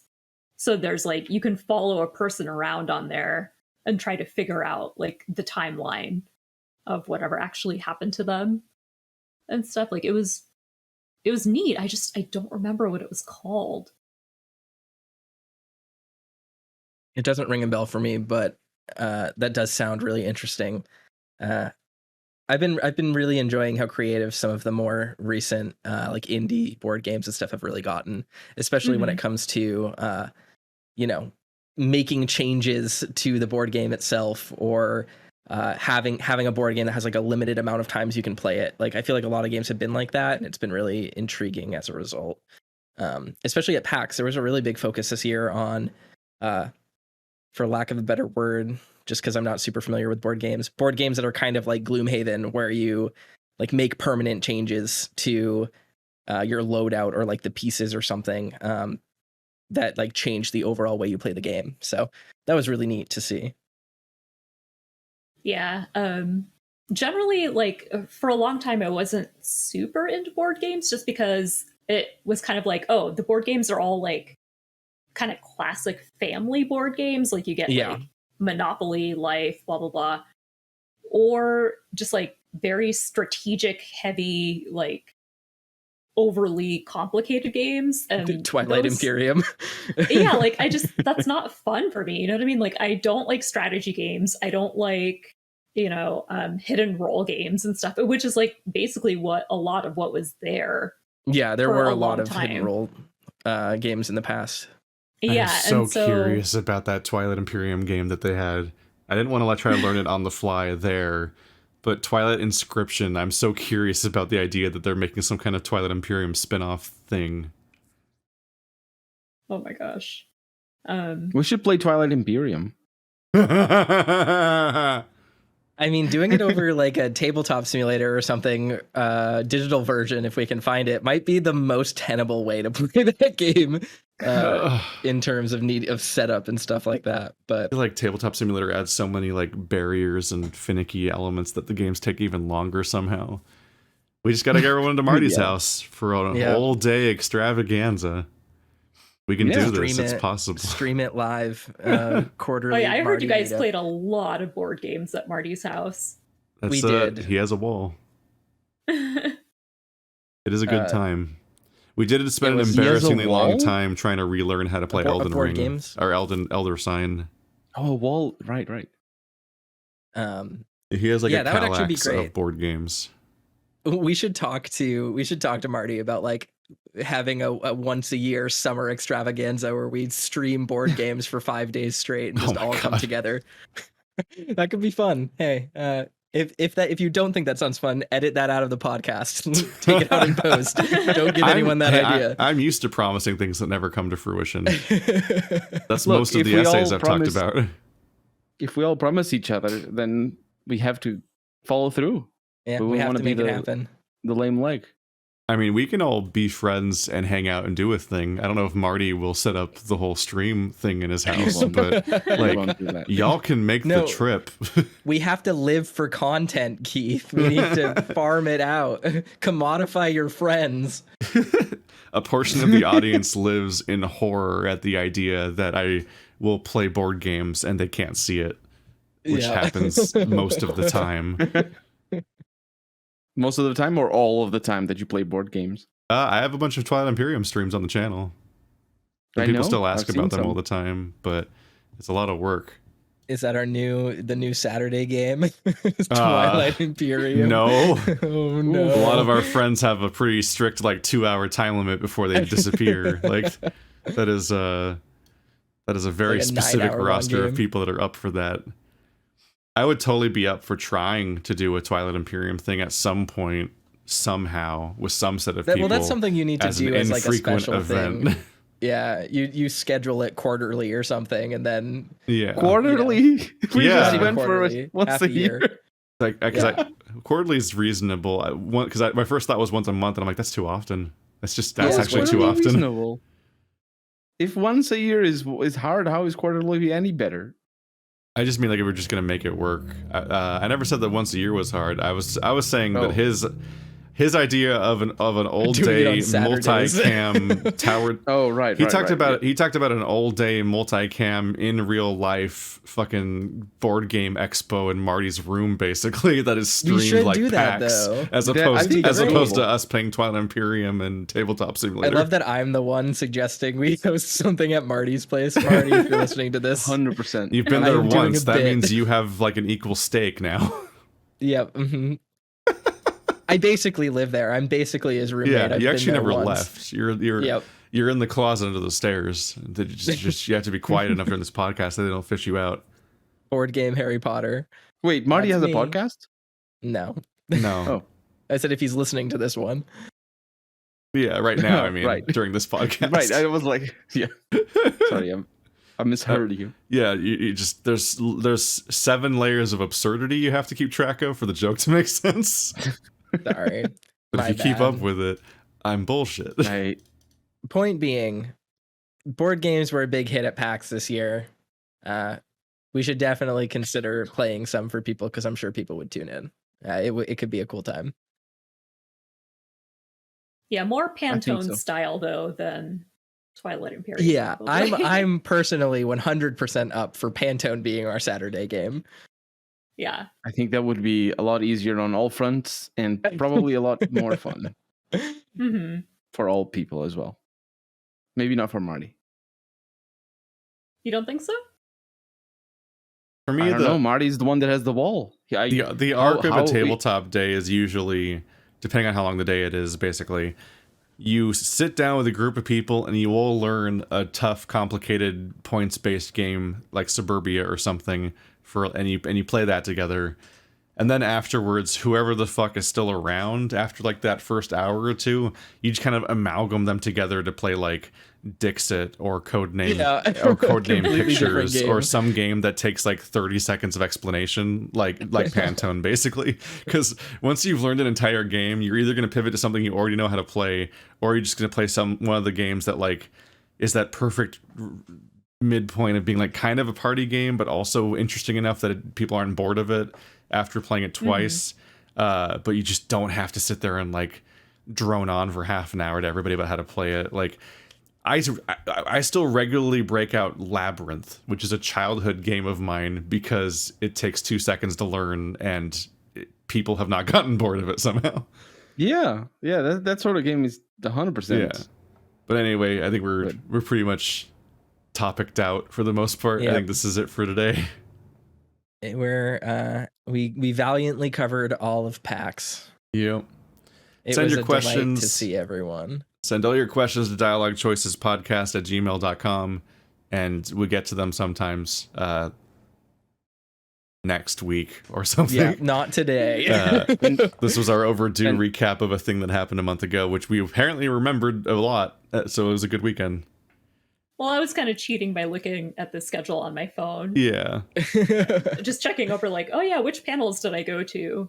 It was an interesting trip for me, because I was like, right, it is me, adult man who is 32. I need to just like create vacations and go on them. That's how that works. Like after a lifetime of just kind of saying yes to things and going to stuff with people, I'm like, oh yeah, I can like get a plane ticket and go somewhere. And like that was just like an experience that I just had to sort of feel out, because I just never had actually had to like do it and think it through and plan it and not fuck up the process. And it is stressful to be like, if I fuck this up, then I don't make it to the place that is too far away for me to drive to, and then the entire trip doesn't happen. And that was very much that was weighing on my mind, and I was much less stressed out once I got to Seattle, because at that point I'm just sleeping on somebody else's bed and cooking eggs, and it's whatever. Hey, we gave you mints too. Yeah, no. As a fucking joke in the chat, I was like, what do you guys want when you get here? And I'm like, oh, can you give me the little pillow mints that dissolve in your mouth? And fucking a week later, I show up at the bed, and there's a box of mints on the bed. And I'm like, Jesus Christ, Bert. As well as there should be. Amazing. I expected nothing else. The next con that I think at least Keith and I are going to, I don't expect Colonel or Bird will be going to. Come with us. Yeah, come with us, actually. Yeah, meet us at Midwest Fur Fest. Yeah, come to Midwest Fur Fest. How that goes. The plane tickets are going to be much more reasonable, I'm sure. It was viral on Twitter, or trending on Twitter recently, because of the fact that a bunch of people didn't get the lottery. And so they're all mad, and they're just like, I'm canceling my trip. And I'm like, there are other hotels, guys. Book ahead of time. It's cheaper that way too. I don't understand the idea that you have to stay in one very specific hotel. There's like, if you're a dealer, it makes sense because you have to like deal with your physical goods that you're trying to sell. But everyone else, like a lot of the other people, are just kind of being like weirdly lazy, or like, I don't know, like the actual hotels are so much more expensive than like the tickets to the actual convention. The convention is $70, if I remember correctly, for the entire trip. Like the entire convention, the ticket price is just that. It is entirely I was convinced I logistical wasn't cost. registering correctly because it's only $70 for a ticket. But yeah, it was like less than 1 day of PAX. Yeah. How many days? That'll be the is next it? con we're at. 5 3 total. 5. Well, the con 4, itself. actually. Yeah, the con itself is just over the weekend, but the hotels like stay open with people like hosting events basically for all 5 days. And the hotels are half the fun. Yep. All right, that's 3 hours. Everyone go to bed. Is it actually 3 hours on the clock? It is exactly 3 hours right now. Yeah. There you go. You got it. We got it. Good job. That's too long. See you later, everybody. Peace out. Bye. Bye, guys.